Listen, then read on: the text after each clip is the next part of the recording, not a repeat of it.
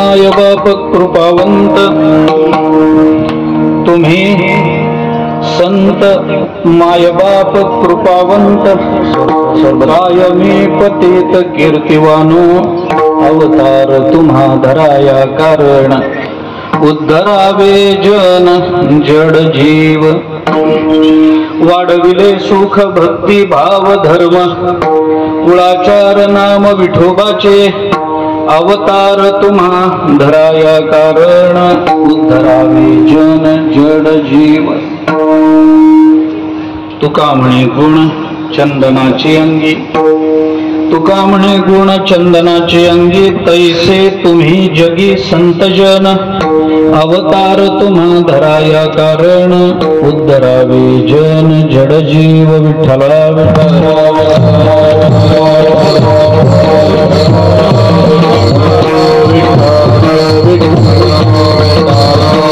तुम्ही संत माय बाप कृपावंत कायमे पतित कीर्तिवानो अवतार तुम्हा धराया कारण उद्धरावे जन जड जीव. जगद्गुरु संत श्रेष्ठ श्री तुकाराम महाराज यांचा अत्यंत प्रसिद्ध सर्वांच्या परिचयाचा अत्यंत महत्वाचा असा अभंग आहे. या अभंगामधून तुकाराम महाराजांनी संत महात्म्यांचं वर्णन केलेलं आहे असं आपल्याला दिसून येतं. आणि हे वर्णन करताना तुकाराम महाराज वेगवेगळ्या पद्धतीनं संतांचं वर्णन करण्याचा प्रयत्न करतात. आजचा हा एकदिवसीय उत्सव आमचे आदरणीय हरिभक्तीपरायण श्रद्धेय सदाशिव महाराज यांच्या मातोश्रींच्या 6व्या पुण्यस्मरणाच्या निमित्तानं संपन्न होतो आहे.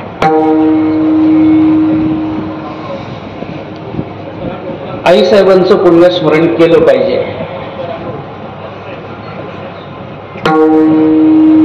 या मातेचं पुण्यस्मरण विशेषत्वानं करावं असं मला वाटतं, कारण या मातेचे आपल्या महाराष्ट्रावर या भागावर फार मोठे उपकार आहे.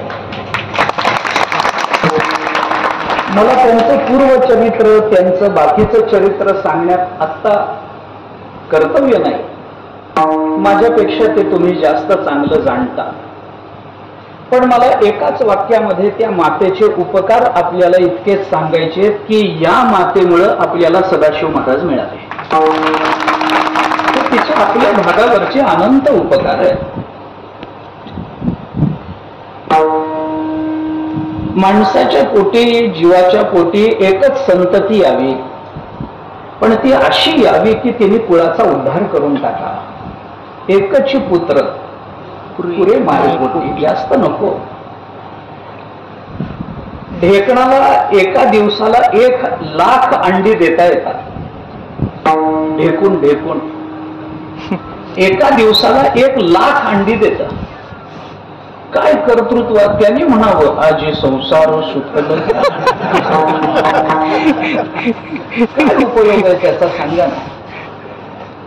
या 1,00,000 अंड्यामधून जन्माला आलेली प्रकट झालेली ढेकणं कुणालाही सुखानं झोप सुद्धा लागू देत नाही. काय करायची अशी संतती घेऊन? अशी संतती, मी थोडं स्पष्ट बोलतो, लक्षाने बोलतो, लक्षार्थानं बोलतो, अशी संतती निर्माण करावी की त्या संततीनं जगताला सुखानं झोप लागावी याची व्यवस्था करून द्यावी. मी मुद्दाम शब्द वापरतो बरं, सुखानं झोप लागावी अशी व्यवस्था करा. कारण माणसाला झोप लागणं हे वाटतं तेवढं सोपं नाही. प्रपंचासक्त झालेल्या कोणत्याही जीवाला रात्री सुखानं डोळा लागला असं उदाहरण आपल्याला बघता येत नाही. महाभारताने विचार करताना असं म्हटलंय की माणसाला रात्री सुखानं झोप लागायची असेल ना तर दिवसभरात त्यांनी काही पुण्यकर्म केलं पाहिजे तर त्याला सुखानं झोप लागते. जर माणसाला रात्री झोपे करता तळमळ करावी लागत असेल, तडफड करावी लागत असेल तर डोळे झाकून समजावं की दिवसभरामध्ये टेबला खालून काहीतरी व्यवहार झालेला आहे. पाप असल्याशिवाय मनुष्य तळमळ करत नाही हो, करत नाही. थोडस अन्वय बदलून जर अर्थ लावायचा झाला तर पळून या गेली झोप होते पाप आडते, पाप आड होते म्हणूनच पळोनिया झोप गेली. थोडा वेगळा अन्वय लावायचा झाला नाही का. पाप आडू असतं म्हणून दिवसे नैव तत्पुर्यात येन रात्र सुखम वसेत, महाभारताचं वचन आहे. माणसानं दिवसभरामध्ये असं पुण्य करावं. मोठ्या मोठ्या श्रीमंतांचं जीवन चरित्र जवळून बघण्याचे योग आले. कोट्याधीश माणसाचं जीवन चरित्र दैनंदिनी बघितली, रात्री झोप लागत नाही मला. कोट्यावधी रुपयाचा रोजचा व्यवहार आहे, पण रात्री डोळा लागत नाही. आणि खांद्याला एकच पिशवी लावून आळंदी ते पंढरपूर वाटचाल करणारा वारकरी जमिनीवर पडल्याबरोबर त्याला डोळा लागतो. काय कारण असेल? काय कारण असेल सांगा. कोट्यावधी रुपये रोज मिळवून, तासाला कोट्यावधी रुपये मिळवून रात्री झोपू शकत नाही, आणि एकच पिशवी खांद्याला असते. त्या पिशवीमध्ये फुकट मिळालेला राजगिरा नसतो. त्या पिशवीमध्ये फुकट मिळालेली केळं नसतात. त्या पिशवीमध्ये एक उपरणं असतं आणि तुकोबारायांचा गाभान भजनी मालिका असते. त्याला सुखानं डोळा लागतो. सुखानं काही करावं लागत नाही आमच्या वारकऱ्याला रस्त्यानं जाताना, कारण दिवसभराचं नामस्मरणच असं झालेलं असतं. पाप राहील कुठं, झोप जाईल कुठं. म्हणून असा एकच पुत्र निर्माण करावा माऊलीने. ते भाग्य आमच्या सदाशिव महाराजांच्या वाट्याला आला. मोठी गंमत आहे. परिसरामध्ये ते भागवत, मी तुमच्यावर कीर्तन करायला आलो नाही महाराज, मी तुमच्या आईवर कीर्तन करायला. आपल्या परिसरामध्ये कीर्तनाच्या श्रीमद भागवत कथेच्या निमित्तानं त्याने अवघा समाज पिंजून काढला. भाविक भक्तांच्या अंतःकरणामध्ये श्रीकृष्ण चरणाचं प्रेम निर्माण करून दिलं. ज्यांच्या अंतःकरणामध्ये प्रेम निर्माण झालेलं होतं त्या प्रेमाला खत पाणी घालून ते प्रेम वाढवण्याचा प्रयत्न त्यांनी केला. वाढलेल्या प्रेमाच्या छायेमध्ये कसं बसावं लागतं ही शिकवण त्यांनी आपल्या कथेतून, आपल्या कीर्तनामधून हे सगळ्या भाविकांना दिलं. थोडस गीतेच्या भाषेत बोलायचं झालं तर, सगळ्या जगामध्ये व्यामिश्रेणे व वाक्येन बुद्धिमोह यसीव मे अशी परिस्थिती असताना तदेकम वद निश्चित्य असं सूत्र घेऊन ते आजकाल महाराष्ट्रामध्ये फिरतात. एक निश्चित विचाराची दिशा, परमार्थाची दिशा समाजाला मिळाली पाहिजे, याच्यासाठी त्यांचा अखंड प्रयत्न आहे. त्याच्यामध्ये त्यांचा अभ्यास किती, त्याच्यामध्ये त्यांची साधना किती, त्याच्यामध्ये त्यांच्या अंतःकरणातली भगवत चरणावरची श्रद्धा किती, या सगळ्या गोष्टी आत्ता माझ्या डोळ्यासमोर फार बाजूला टाकण्यासारख्या, त्या महत्वाच्या नाहीत. माझ्या दृष्टीने एकच महत्वाचं आहे की एवढं सगळं करण्याचं सामर्थ्य त्यांना मिळालं, कारण ते ज्या पोटातून आले त्या पोटाचं सामर्थ्य फार मोठं होतं. याच्याकरता पुष्कळ विचार, पुष्कळ श्लेष करण्यासारखे. भगवंताला जन्म नाही, भगवान शंकराला जन्म नाही, अजो नित्य शाश्वतोयम पुराण. पण या सदाशिवाला मात्र सरस्वतीच्या पोटी जन्म, सरस्वतीच्या पोटी. त्याच्यावर गुरुकृपा आहे, त्याच्यावर संत वाङ्मयाची कृपा आहे, त्याच्यावर बोलू स्वानंद सुखनिवासी सद्गुरु श्री जोग महाराजांच्या वारकरी शिक्षण संस्थेची कृपा आहे. जीवनाच्या धन्यतेला एवढा विचार पुष्कळ झाला, बाकी काही करावं लागत नाही. त्यांच्या पुण्यतिथीच्या निमित्तानं हा एक दिवसाचा उत्सव त्यांनी संपन्न केला.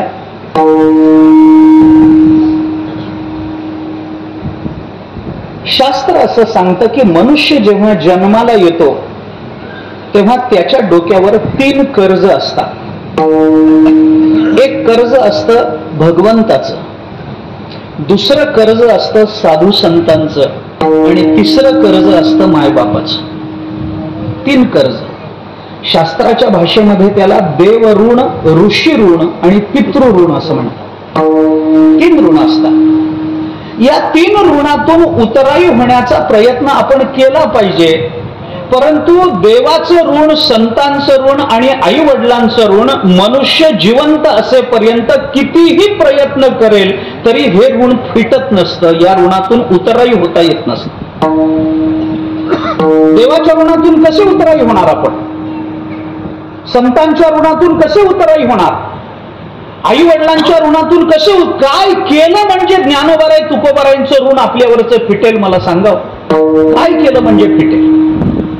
आपण काय केलं? मी सांगू आपल्याला, आपल्या शरीराच्या कातड्याचे जोडे करून जरी तुकोबारायांच्या पायात घातले ना तरी तुकोबारायांचं ऋण आपल्यावरचं फिटायचं नाही. ज्ञानोबारायांचं ऋण फिटायचं नाही आपल्यावरचं. चोखोबारायांचं ऋण फिटायचं नाही. जनाबाईंचं ऋण फिटायचं नाही. नामदेवराय नाथ महाराजांचं ऋण आपल्यावरचं फिटायचं नाही. त्यांनी इतके अनंत उपकार आपल्यावर करून ठेवले. मी स्पष्ट बोलतो, तुम्ही नुसती कल्पना करून बघा की या महाराष्ट्रामध्ये ज्ञानोबाराय तुकोबाराय जर अवताराला आले नसते तर आपली अवस्था काय झाली असते? समजा तुकोबाराय अवतारालाच आले नसते, ज्ञानोबारायांनी ज्ञानेश्वरी आपल्या हातातच दिली नसती, काय झालं असतं? मी सांगू आपल्याला काय झालं असतं. आपण माणूस म्हणून घ्यायच्या लायकीचे राहिलो नसतो. जर तुकोबाराय झाले नसते, जर ज्ञानोबाराय झाले नसते तर केवढे अनंत उपकार आहे.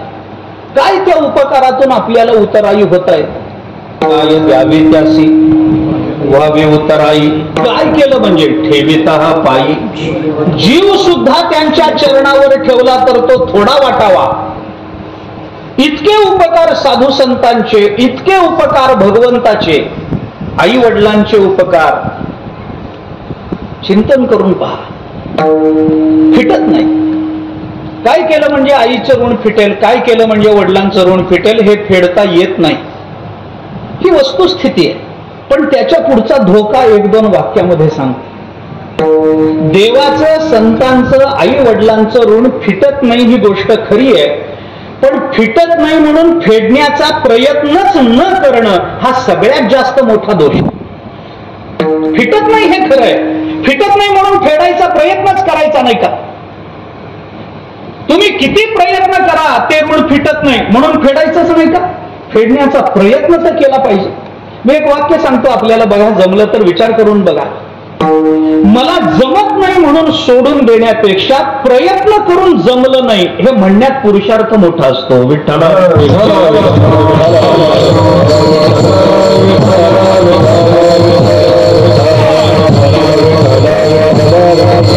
पुन्हा एकदा सांगतो आपल्याला, मला जमत नाही म्हणून सोडून देण्यापेक्षा प्रयत्न करून मला जमलं नाही अशी कबुली देणं याचा पुरुषार्थ मोठा असतो. जमत नाही म्हणून कोणालाही सोडून देता येत, पण प्रयत्न करून जमलं नाही असं म्हणणं हा मोठा पुरुषार्थ. सामान्य उदाहरण सांगू. लोकांच्या बाबतीत असं होतं, अनेकांच्या बाबतीत होतं. माऊलींच्या सोहळ्यात चालताना खालूनच दिवे घाट बघून तिकडूनच एसटी पकडून येणारे पुष्कळ आहेत. आपल्याला जमत नाही एवढं जाणं असं म्हणून परत येण्यापेक्षा त्या घाटामध्ये 10 आपटून पडणं हा पुरुषार्थ मोठा.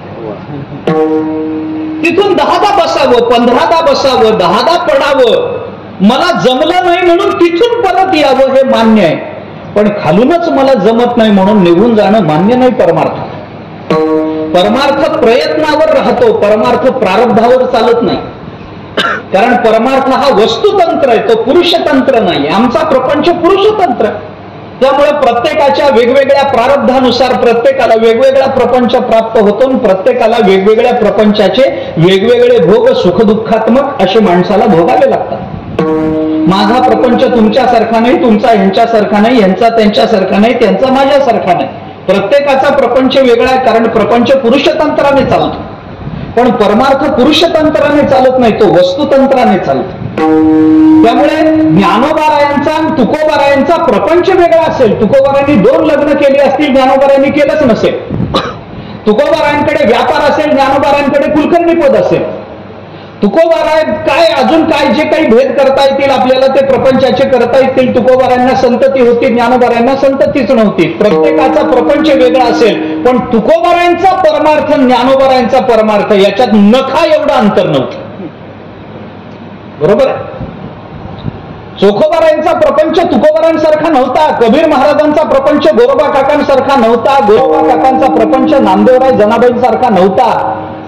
पण नामदेवरायांचा परमार्थ आणि चोखोबारायांचा परमार्थ यांच्यामध्ये तिळमात्राचं अंतर नव्हतं. सगळ्यांचा परमार्थ एक, प्रपंच वेगवेगळा असू शकतो.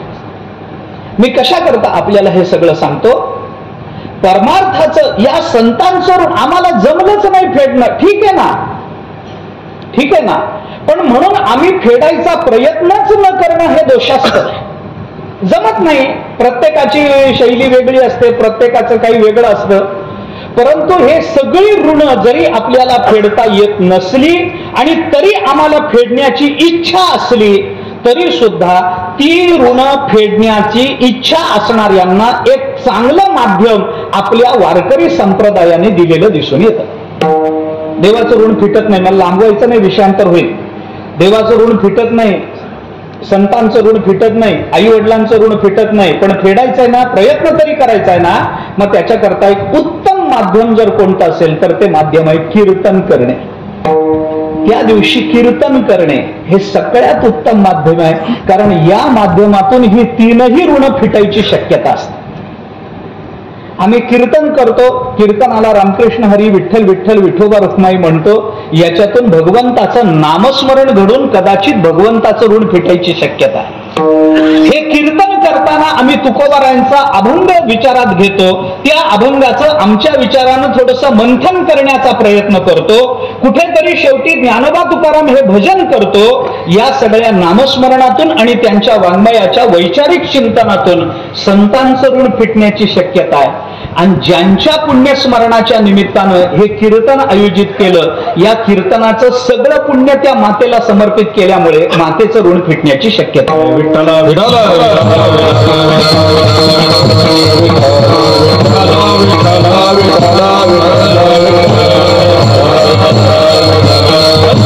त्यामुळे कीर्तन करून आपल्याला माता पित्यांचं ऋण फेडण्याची शक्यता तरी निर्माण करता येते, देवाचं संतांचं ऋण तरी फेडण्याची शक्यता निर्माण करता येते. तसं या कीर्तनाच्या माध्यमातून आज आपल्याला देवाचं संतांचं आणि आई वडिलांचं ऋण फेडण्याची एक आयती संधी चालून आलेली आहे. त्याचा विचार आपण करावा आणि त्याकरता ही कीर्तन सेवा आयोजित केलेली आहे.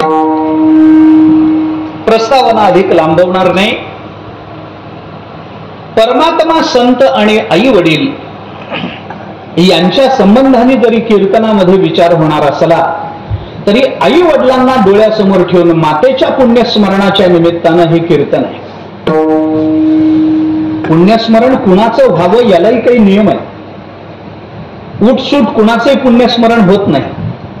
त्याच्याकरता जीवनामध्ये काहीतरी पुण्य करावं लागतं. ते पुण्य निरपेक्ष असावं लागतं. पुण्यस्मरण होण्याची शक्यता आहे, पण मला या अर्थात अडकायचं नाही, मला थोडं पुढे जाऊन बोलायचंय. पुण्यस्मरण कुणाचं होतं? जे पुण्य करतात त्यांचं पुण्यस्मरण होत नाही.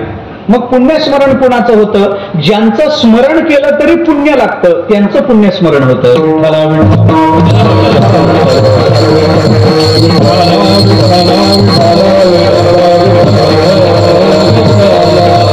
आणि म्हणून तुकोबाराय आई वडिलांच्या संबंधानं संतांचं चिंतन प्रस्तुत अभंगामध्ये करतात. तुम्ही संत मायबाप कृपावंत कायमी पतित कीर्तिवान. तुकोबाराय संतांचं वर्णन करण्याकडे प्रवृत्त होतात. संतांचं वर्णन करणं हा तुकोबारायांचा आवडता विषय, किंबहुना तुकोबारायांचा तो स्वभाव आहे.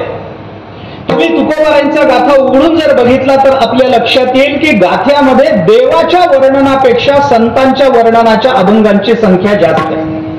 कारण तुकोबारायांच्या अंतःकरणाचा, प्रेमाचा, आवडीचा विषय जर कोणता असेल तर संतांचं वर्णन करणं, संतांची सेवा करणं हा तुकोबारायांच्या आवडीचा विषय. त्यामुळे संतांच्या वर्णनाकडे तुकोबाराय प्रवृत्त होतात.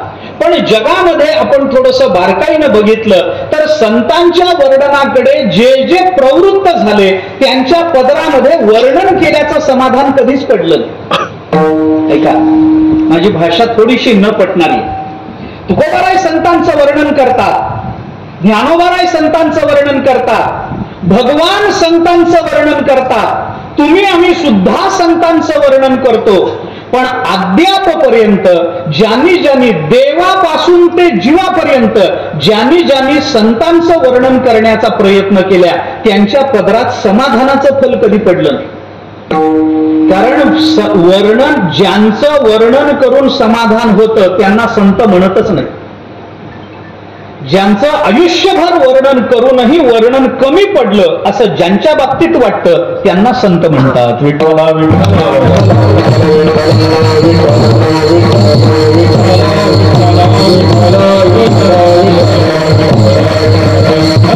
संतांचं वर्णन करणं वाटतं तेवढी सोपी गोष्ट नाही. तुम्हाला आम्हाला ते जमणार नाही. जर जमलंच तर कुणाला जमतं. तुकोबारायांनी त्याच्याकरता आपल्याला प्रमाण सांगितलं. भक्ताचा महिमा भक्तची जाणती दुर्लभ त्या गती आणि काशी. भक्तची हा चकार वापरणं आणि काशी त्या गती दुर्लभ याच्यात आणि काशी हा हे पद वापरणं याच्यामधून तुकाराम महाराजांना काही विशेषत्वानं सूचित करायचं. भक्ताचा महिमा देव जाणती नाही, भक्ताचा महिमा जीव जाणती नाही, भक्ताचा महिमा भक्तची जाणती. भक्तची जाणती म्हणजे दुसऱ्या कुणाला जाणताच येत नाही. अरे निवृत्तीनाथ महाराज आम्हाला कळावेत असं वाटायचं असेल तर आम्हाला ज्ञानोबाराय झालं पाहिजे. ज्ञानोबाराय कळावेत असं जर आम्हाला वाटत असेल तर नाथ महाराज झालं पाहिजे. नाथ महाराज कळावेत वाटत असले तर तुकोबाराय झालं पाहिजे. आणि तुकोबाराय कळावेत वाटत असलं तर आपल्याला निळोबाराय झालं पाहिजे. तर आपल्याला तुकोबाराय कळतील, नाही तर कळत नाही. देवाला कळलं नाही, देवाने काय प्रयत्न केले नाहीत का? अनेक वेळेला आपण ज्ञानेश्वरी काढा, गीता काढा, मी आपल्याला क्रमानं सांगेन. भगवंतानी अनेक वेळेला संतांचं वर्णन करण्याचा प्रयत्न केला पण एकदाही त्या बाबाच्या प्रयत्नाला यश आलं नाही. परमात्म्याला कधीही यश आलं नाही संतांचं वर्णन करण्याचं, कधीच नाही. मी आपल्याला क्रमानं सांगेन. आपण अध्यायागणिक विचार करून बघा काय होतं. मी थोडं वेगळं बोलतो. लोकांना आता भगवंताने अर्जुनाला गीता सांगितली, आपल्याला सगळ्यांना माहिती आहे. कशा करता सांगितली? कशा करता सांगितली? भगवंताने अर्जुनाला गीता सांगितली. कशा करता सांगितली? अर्जुनाचा मोह जावा म्हणून, अर्जुनाने युद्ध करावं म्हणून, अर्जुनाने कर्तव्य कर्माकडे प्रवृत्त व्हावं म्हणून, अर्जुनाने राज्य संपादन करावं म्हणून. हीच कारण आपण नेहमी देतो ना. मी आपल्याला स्पष्ट सांगू, कीर्तनात सांगतो ही सगळी कारणं खोटी आहेत. कीर्तनात सांगतो, मला कल्पना आहे मी कुठं बोलतो, कुणासमोर बोलतो, माझ्यासमोर कोण बसलंय, मला सगळी कल्पना. तरी मी आपल्याला सांगतो, भगवंताने अर्जुनाला ज्ञान द्यावं म्हणून गीता सांगितली. हे गीता सांगण्याचं गौण प्रयोजन आहे, मुख्य प्रयोजन नाही. मग मुख्य प्रयोजन काय? आतलं सांगू जरा चिंतन, आतलं भगवंताच्या अंतरंगातलं.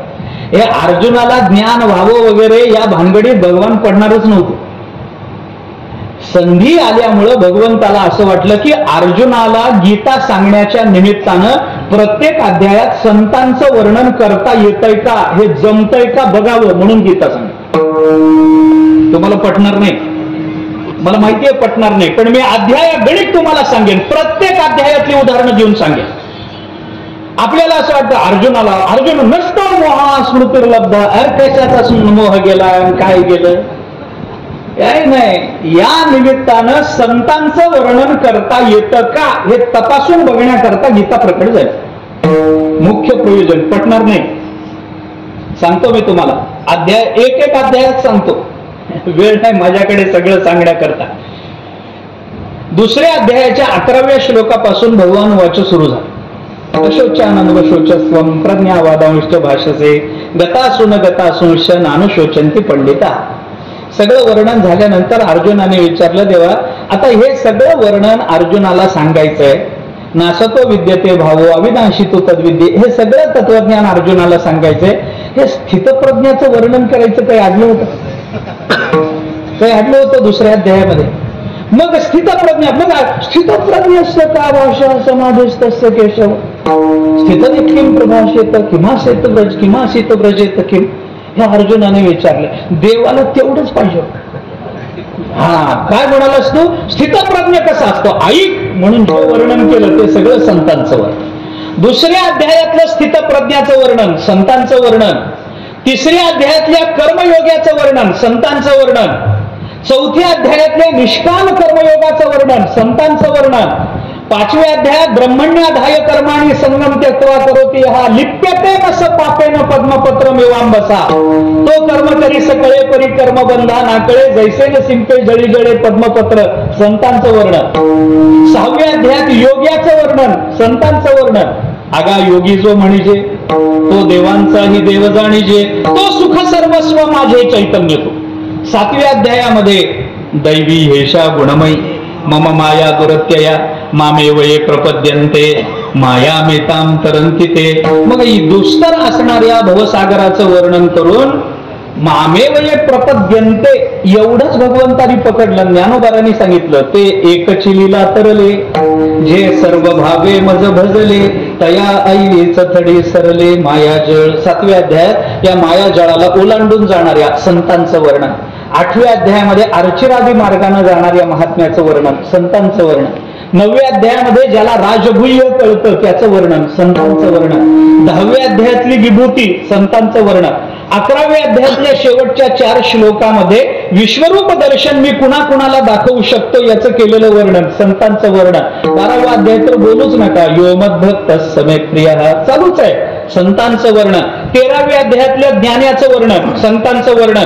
14व्यातल्या गुणातीताचं वर्णन संतांचं वर्णन. 15व्यात निर्माण मोहाजित संग दोषा जया पुरुषाचे का मन सांडोनी गेले मोहमान वर्षांती जैसे घन आकाशाते संतांचं वर्णन. 16व्या अध्यायातल्या दैवी संपत्तीवानांचं वर्णन संतांचं वर्णन. 17व्यामध्ये सत्व रजत तम 3 गुणांचं वर्णन करून सत्वशील महापुरुषांचं केलेलं वर्णन संतांचं वर्णन. आणि 18वा अध्याय म्हणजे आतापर्यंत केलेल्या वर्णनाचा आढावा म्हणून पुन्हा संतांचं वर्णन. मला सांगा गीतेमध्ये दुसरा विषय कुठला आहे? इतके सगळे प्रयत्न भगवंतानी केले पण मी सांगू आपल्याला एकही अध्यायामध्ये भगवंताला संतांचं वर्णन यथार्थतेनं करता आलं नाही. का आलं नाही? कारण सांगतो साधा युक्तिवाद. दुसऱ्या अध्यायात जर संतांचं वर्णन पूर्ण करता आलं असताना तिसरा अध्याय जन्मालाच आला नसता. ज्या अर्थी जन्माला आलाय त्या अर्थी आधी अपयश आहे म्हणून. तिसऱ्यातून चौथा का जन्माला आला जन्मजनक भावे अध्याय अध्यायाचे प्रसंग का झालं? कारण तिसऱ्यात जमलं नाही चौथ्यात जमलं नाही म्हणून मग 17व्या पर्यंत गेले आणि 17व्यात जमलं नाही म्हणून आतापर्यंत केलेलं पुन्हा एकदा करून बघावं म्हणून करून बघितलं तरी जमलं.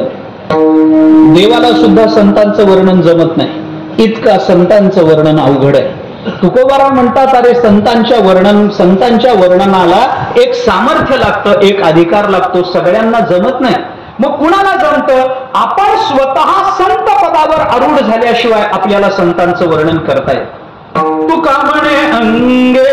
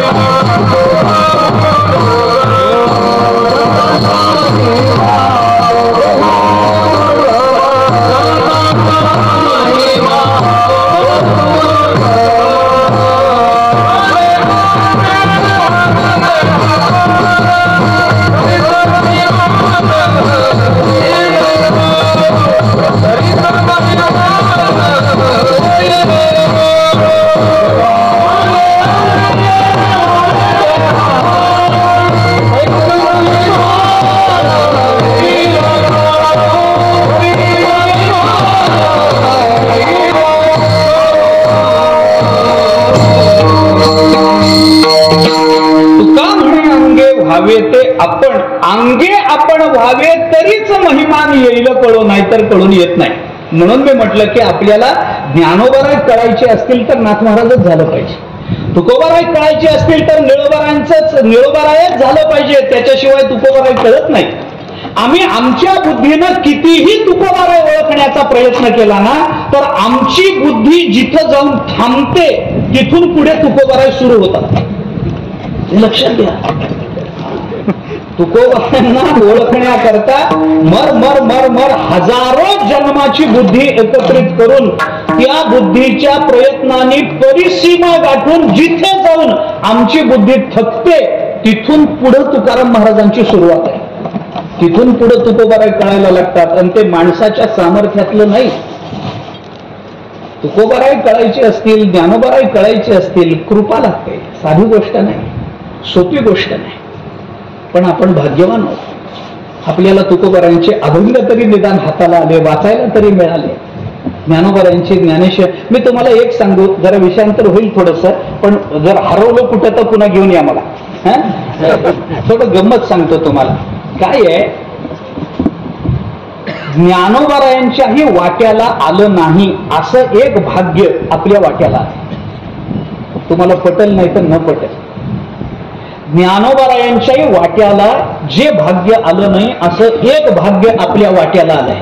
कुठलं भाग्य? ज्ञानोबारायांच्या सुद्धा वाट्याला हे भाग्य आलं नाही. ज्ञानोबाराय या बाबतीत ज्ञानोबारायांपेक्षा आम्ही पुढे आहोत. ऐका, पटणार नाही तरी ऐका. ज्ञानोबारायांच्या तुलनेमध्ये या बाबतीत आम्ही भाग्यवान आहोत. ज्ञानोबारायांच्याही वाट्याला आलं नाही असं एक भाग्य आपल्या वाट्याला आलं, ज्ञानोबारायांचा सेवक म्हणून घेण्याचं. हे भाग्य ज्ञानोबारायांच्या वाट्याला. ज्ञानोबारायांच्या सेवेत काय समाधान असतं हे ज्ञानोबारायांना कळत नाही, आपल्याला कळण्याची शक्यता आहे. लक्षात घ्या. हे तुकोबारायांचा दास म्हणून घेण्यात काय समाधान असतं हे तुकोबारायांना कळणार नाही, कारण तुकोबारायच कसं म्हणून घेतील मी तुकोबारायांचा दास आहे. पण तुकोबारायांचा दास होण्याचं काय समाधान आहे हे भाग्य आपल्या वाट्याला येऊ शकतं. विचार करा. म्हणून संतांचं वर्णन करणं त्या अवस्थेला पोचावं लागतं. तुका म्हणे अंगे भावे ते आपण, तरीच महिमान येईल कळून. नुसत्या शब्दातून बुडबुडे निर्माण करून हे होणार नाही. संतांचा महिमा तो बहुदुर्गम, शाब्दिकाचे काम नाही येथे. बहुदुघड जरी झाली मै सगाय, तरी काय होईल कामधेनू. तुका म्हणे अंगे व्हावे ते आपण, तरीच महिमान येईल कळो. संतांच्या वर्णनाचे अनेक प्रयत्न जगतामध्ये झाले, पण संतांचं वर्णन होऊ शकत नाही. म्हणून संतांना अनिर्वचनीय असं म्हणतात. या अभंगामध्ये तुकाराम महाराजांनी ती भूमिका बोलून दाखवली, म्हणून त्या अनुषंगानं बोलतो आणि पुढे जातो. अभंग सोडून पुढे जाणार आहे.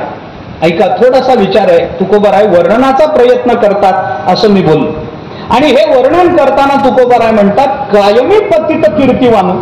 मी त्यांची कीर्ती वानू शकत नाही. का वानू शकत नाही? कारण संतांचं वर्णन करता येत नाही, शब्दाच्या माध्यमातून करता येत नाही. यात म्हणून वेदांताने संतांना अनिर्वचनीय. उगे 2 मिनिटात एक विचार सांगून जातो. वेदांतामध्ये आपल्या वारकरी संप्रदायाच्या तत्वज्ञानाचा विचार जर केला ना, तर 5 गोष्टी अनिर्वचनीय आहेत. उगी धावतं सांगतो. एक, परमात्मा अनिर्वचनीय आहे. दुसरी, माया अनिर्वचनीय आहे. तिसरी, त्रिपुटी अनिर्वचनीय आहे. चौथी, भक्ती अनिर्वचनीय आहे. आणि 5वे, संत अनिर्वचनीय आहेत. 5 अनिर्वचनीय गोष्टी आपल्या संतांनी सांगितल्या. एकेका वाक्यात सांगतो. परमात्मा अनिर्वचनीय का? कारण तिथपर्यंत वाणी जाऊच शकत नाही. यतो वाचो निवर्तन्ते अप्राप्य मनसासह उपनिषदाने बोलून दाखव. मनवाचातीत तुझे हे स्वरूप, म्हणून या माप भक्ती केले. मनवाचातीत तुझे हे स्वरूप, हे तुकोबाराय बोलतात. भगवंताचं वर्णन करता येत नाही, कारण परमात्मा सगळ्याच्या पलीकडे. मायेचं वर्णन करता येत नाही. माया अनिर्वचनीय आहे. काय अनिर्वचनीय आहे? कारण खरी आहे का खोटी आहे हेच अजून ठरलं. सदसद विलक्षणत्व तिच्या ठिकाणी आहे. जरा वेदांताची भाषा. जगद्गुरु शंकराचार्यांनी, आता हे सगळं सांगणं म्हणजे झोप लावण्याचंच निमित्त आहे. विवेक चूडामणीमध्ये मायेचं वर्णन करताना आचार्य बोलतात, सन्नाप्य सन्नापी उभयात्मिकानो, भिन्नाप्य भिन्नापी उभयात्मिकानो, सांगाप्य नंगापी उभयात्मिकानो, महद्भूता अनिर्वचनीय रूपा. अनिर्वचनीय म्हणून मायेचं वर्णन केलं. खरी आहे का खोटी आहे सांगताच येत नाही. आपण रस्त्या, आता हे थोडं विस्तार करतो, काय थोडा उशीर झाला तर एकच कीर्तन. काय होतं त्याला? ऐका, आपण रस्त्याने चाललो, दोरीवर साप दिसला. वेदांतातलं उदाहरण, दोरीवर सापाचा भ्रम झाला. तो साप खरा का खोटा हो? सांगा बरं. आता थोडी चर्चा करू आपण. दोरीवर दिसलेला साप, मग साप दिसले, अरे साप साप साप साप साप करून मागे गेला, झालं सगळं, थरथर कापायला लागला, साप अंगावर येतो का काय असं वाटायला लागलं. त्याच्यापेक्षा अजून एक सोपं उदाहरण देतो, जाऊ द्या. हे सापाचं फार सांगून पानसट झालं उदाहरण. आता दुसरं उदाहरण सांगतो. एक मनुष्य एके दिवशी आपल्या घरी झोपला. झोपल्यानंतर त्याला स्वप्न पडलं. स्वप्नामध्ये तो अरण्यात शिकारीला गेला. त्याला वाटलं शिकार करावी, कपडे बिपडे घातले, ती बंदूक वगैरे घेतली स्वप्नात आणि गेला शिकारीला. त्याला वाटलं एखादा ससा बिसा काही मिळालं तर शिकार करावी म्हणून असं जंगलामध्ये जाता जाता अचानक एक वाघ त्याच्या समोर येऊन उभा राहिला. कुठं? स्वप्नात. हे विसरू नका, स्वप्नामध्ये अचानक एक वाघ येऊन समोर उभा राहिला. आता वाघ समोर दिसले, त्याला कल्पनाच नव्हती. त्याला वाटलं एखादा पक्षी मिळेल, एखादा ससा बिसा काही प्राणी मिळेल, छोटं काहीतरी मोर बिर, त्याला मारून ते शिकार करता येईल. अचानक वाघ समोर उभा राहिला. त्याला काय करावं हेच कळलं. पळून जायची बुद्धी होईना, त्याला हातात बंदूक आहे ते कळेना. वेपतुश्च शरीरे मे रोम हर्षश्च जायते, गांडीवम संस्कृते हस्तात वक्षैव परिदय्य. ते न धरिताची निष्ठले. हातात बंदूक होती पण असा एकदम वाघ दिसला, काय करता येईल त्याला? थरथर कापायला लागला, हातातली बंदूक गळून पडली. वाघही त्याच्याकडे टक लावून डोळ्यात डोळे घालून बघायला लागला. याला काय करावं कळेना. शेवटी थरथर कापायला लागला, अंग सगळं घामानं चिंब झालं. तिथून आता आपला जीव वाचत नाही हे त्यांनी ओळखलं आणि मागे वळून पळायला लागला. काय असतं, वाघ म्हणा, रस्त्यावरची कुत्री म्हणा, तुम्ही त्यांच्या जवळून गेलात ना काही करत नाही, पण पळायला लागलात की मागे लागतात. वाघ तुम्ही जवळून जाऊन बघा, कधी बघा, माझं काही म्हणणं नाही, नुसतं साधू जवळून गेलं तर काही करत नाही असं म्हणतात, पण पळायला लागलं की तो मागे लागला. तो पळणारा मनुष्य बघितला की वाघही त्याच्या मागे लागला. हा पुढे पळायला लागला, वाघ मागे पळायला लागला. आता माणसाचं पळणं वाघाचं पळणं काय जोड आहे का याची? एक क्षण असा आला की वाघानं उडी मारली, त्याच्या अंगात त्याला खाली पाडलं, छातीवर पंजा ठेवला, तोंड वासून वाघ त्याच्याकडे बघायला लागला. याच्या लक्षात आलं की हे मरण आहे, बस आता मरायचं आहे. आणि वाघ जसा जवळ आला तसं त्याला वाटलं आता काहीतरी केलं पाहिजे, म्हणून एकदम ओरडला, मेलो मेलो मेलो मेलो, वाचवा वाचवा वाचवा. कुठं चाललं होतं हे सगळं? स्वप्नात. मेलो मेलो मेलो मेलो मेलो म्हणून एकदम आरडाओरडा करायला लागला. घरात झोपला होता, बायको स्वयंपाकघरामध्ये स्वयंपाक करत होती. तिने एकदम ऐकलं, मेलो मेलो मेलो वाचो. अरे काय झालं म्हणून पळत आली तर हा झोपलेला मेलो मेलो मेलो मेलो म्हणून आरडाओरडा करायला लागला. बायकोने त्याला उठवलं. काय झालं? कुठं पांडुरंगा, आता दर्शन द्यायचं काय झालं? काय स्वप्न विप्न पडलं तुम्हाला? उठा बरं, उठा उठा उठा उठा. हलवलं त्याला, जाग केलं. जाग झालं, एकदम भानावर आला. बघायला लागला इकडं तिकडं. अरे आपलंच घर आहे, 4 भिंती आहेत, आपलंच घर आहे, समोर बायको उभी आहे. आता वाघाची काय ताकद आहे खायची? समोर बायको उभी आहे, आता वाघ काय करेल? काय नाही. मग त्याला निश्चिंतता, हा आता ठीक आहे, बायको असताना वाघ काय करायला, आपल्याला काय ताकद आहे वाघाची, काय करायची? झालं, थोडा एकदम शांत झालं. बायकोने पाणी पिणे दिलं. माझा दृष्टांत संपला. मला आपल्याला असं विचारायचंय, हा स्वप्नात दिसला तो वाघ खरा का खोटा? मला उत्तर द्या. स्वप्नात दिसला तो वाघ खरा का खोटा? बरं, जागा झाल्यावर खरा का खोटा? जागा झाल्यावर खोटा, जागा झाल्यावर खोटा, वाद नाही. मला काही म्हणायचं नाही. स्वप्नात दिसलेला वाघ आता हा याच्या घरात येत नाही, याच्या अंगावर येत नाही, हा घरातच आहे, जागा झालेला आहे, स्वप्नात दिसला होता, गोष्ट खरी. निद्रिता चेवो नये तव स्वप्न साच होल आहे, रज्जू नेणता सापा बे विष्णू कवण. ज्ञानोबा बोलूनच दाखवतात ना खोटा साप. मला त्याच्याबद्दल तक्रारच नाही. स्वप्नात दिसलेला वाघ जागा झाल्यानंतर खोटा आहे याच्यात मला काही स्वारस्य नाही. मला आपल्याला असं विचारायचंय की स्वप्नात दिसलेला वाघ जागा झाल्यावर जर खोटा असेल तर स्वप्नात वाघ दिसल्यानंतर अंगाला आलेला घाम जागा झाल्यावर खरा का खोटा? माझा मुद्दा कुठे लक्षात घ्या. स्वप्नातला वाघ खरा का खोटा? खोटा. मग स्वप्नातला वाघ खोटा तर अंगाला आलेला घाम खरा का खोटा? कशा करता? स्वप्नातला वाघ जर खोटा तर घामही खोटा पाहिजे ना. घाम खराय का खोटा? खरा. मग वाघ खराय का खोटा? अरे ज्याने घाम आणला तो खरा का खोटा? त्याला खरंही म्हणता येत नाही, खोटंही म्हणता येत नाही, म्हणून मायेला अनिर्वचनीय.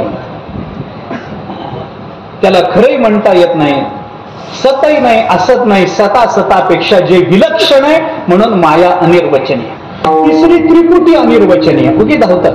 त्रिपुटी म्हणजे ज्याचं उत्तर फार पुढे जाऊन देता येत नाही, अनिर्वचनीय. एका शब्दाच्या पलीकडे काहीच बोलता येत नाही. आपण अनुभवामृत पहा, त्रिपुटीचा विचार ज्ञानोबारायांनी केलाय, मला सांगायचं नाही. पण त्रिपुटी अनिर्वचनीय कशी? ज्ञानोबारायांनी एक उदाहरण दिलंय ज्ञानेश्वरीमध्ये. उगीच जाता जाता सांगतो, उदाहरण देतो त्याला. काय झालं, एका शाळेमध्ये शाळा तपासणीस येतात ना, येतात ना ते व्हिडिओ अमुक तमुक येतात ना शाळा तपासायला. ते शाळा तपासणीस एका शाळेमध्ये आले. लहान मुलगा त्याला, उठ, काय नाव तुझं? अमुक अमुक नाव आहे.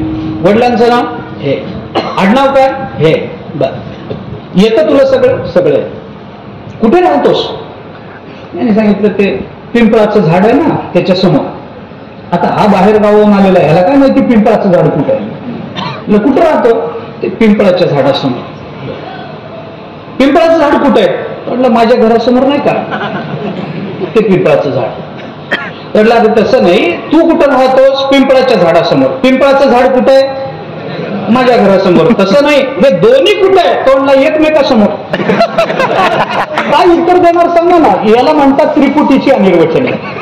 उत्तर फार पुढे जाऊन देता येत नाही. ज्ञानोबारांनी एक उदाहरण दिले, थंडीला थंडी वाजून थंडीत थंड पडली. आता एवढ्या गरमीत थंडीचं उदाहरण तरी ऐका.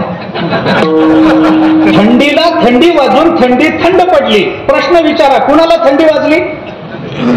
थंडीला काय वाजली? थंडीला थंडी वाजून थंडी कशी पडली? वेगळं बोला ना काहीतरी. याला म्हणतात त्रिपुटीची अनिर्वचन. चौथी अनिर्वचनीय आहे भक्ती. भक्ती अनिर्वचनीय महाराज. भक्तीचं वर्णन करता येत नाही. का करता येत नाही? कारण नारद महर्षींनी सांगितलं, प्रतिक्षण वर्धमान गुणरहितम कामनारहितम प्रतिक्षण वर्धमानम. प्रतिक्षणी वर्धमान होणारी भक्ती आहे. भक्ती एवढी आहे तेवढीच राहत नाही. एकदा नामस्मरण करताना जो आनंद मिळतो, दुसऱ्यांदा नामस्मरण करताना तेवढाच राहतो का वाढलेला असतो? अरे भक्ती प्रत्येक क्षणी वाढलेली राहते, आणि जे प्रत्येक क्षणी वाढत राहतं त्याचं वर्णन करता येत नसतं. क्षणाक्षणाला वाढत जातं. आता मी तुम्हाला जर विचारलं, समजा किती वाजले, तुम्ही मला सांगाल 9:30 वाजले. नाही, जरा काटेकोर सांगा, 9:30 वाजून 5 मिनिटं झाले. नाही, सेकंद सांगा. मी तुम्हाला विचारलं किती वाजले नेमके? 9:30 वाजून 5 मिनिटं 32 सेकंद झाले. चला म्हणा. आता मी तुम्हाला विचारलं किती वाजले, तुम्ही मला सांगितलं 9 वाजून 35 मिनिटं आणि 32 सेकंद. हे उत्तर खरं आहे का खोटं? खरं आहे ना? खरं. मग मला सांगा, तुम्ही मला जेव्हा 32 सेकंद झाले म्हणून सांगाल, त्यावेळेला सेकंद 32च राहतील का 35 झाले असतील? 35 झाले. मग 35 झालेले असताना 32 सांगणं खरंय का खोटं? खरंय का खोटं मला सांगा. खरंय नाही. तू म्हणजे कधी वेळ विचारली तरी तुम्ही मला खोटीच सांगा. आणि मग खोटीच वेळ सांगायची असेल तर कीर्तन तासभर लांबलं तर काय बिघडलं? म्हणून मी का बोलतो आपल्याला लक्षात घ्या, हा क्षण आहे, हा काळ आहे, क्षणाक्षणानं पुढे चालला, आपल्याला सांगता येत नाही. तशी भक्ती क्षणाक्षणानं वाढत जाते. तिला खरं भक्ती काय आहे हे सांगता येत नसतं, म्हणून भक्ती अनिर्वचनीय. आणि 5वे अनिर्वचनीय आहेत ते संत महात्मे. संत महात्मे अनिर्वचनीय, त्यांचं वर्णनच करता येत नाही, म्हणून तुकोबाराय म्हणतात, कायमी पतित कीर्तिवानू. मी त्यांची कीर्ती वानू शकत नाही. काय वानू आता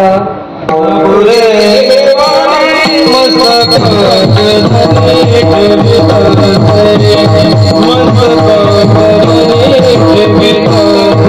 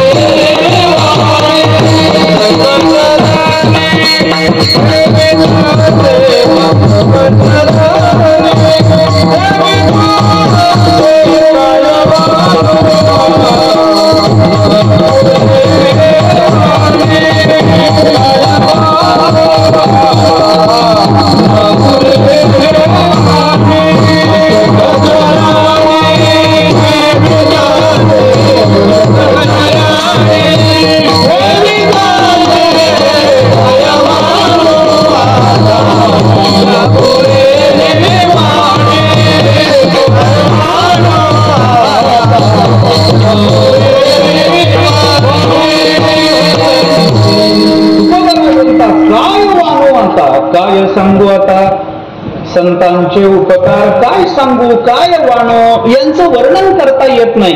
संत अनिर्वचनीय आहेत, कारण त्याचं कारण वेगळं. संत या कारणाने अनिर्वचनीय आहेत की संतांचं कितीही वर्णन केलं तरी मनाला समाधान लाभत नाही, अतृप्तता शिल्लक राहते. आणि म्हणून संतांची अनिर्वचनीयता तुकोबाराय व्यक्त करतात. संतांचं वर्णन कोणालाही जमत नाही. काय सांगू आता, कुणाला म्हणावं लागलं, आम्हा घरी धन शब्दाचीच रत्ने म्हणणारे तुकाराम महाराज म्हणतात काय सांगू. आणि तुकोबाराय घरी शब्दाचं धन असून काय सांगू म्हणत असतील तर आपल्यासारखे शब्द दरिद्री काय म्हणतील, काय सांगतील. संतांबद्दल बोलता येत नाही. तुम्ही आम्ही काय बोलणार महाराज संतांबद्दल, काही बोलता येत नाही. काय सांगू आता, काय आता आम्हाला बऱ्याच वेळेला अनुभव येतात बरं का.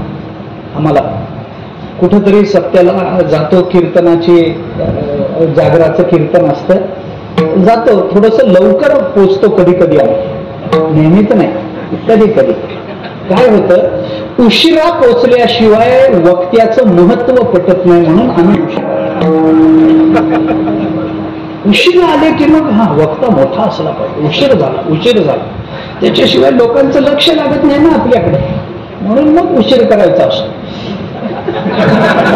मी सकाळी चालू आहे, माझं नाही सांगत नाही, एरवीच सांगतो.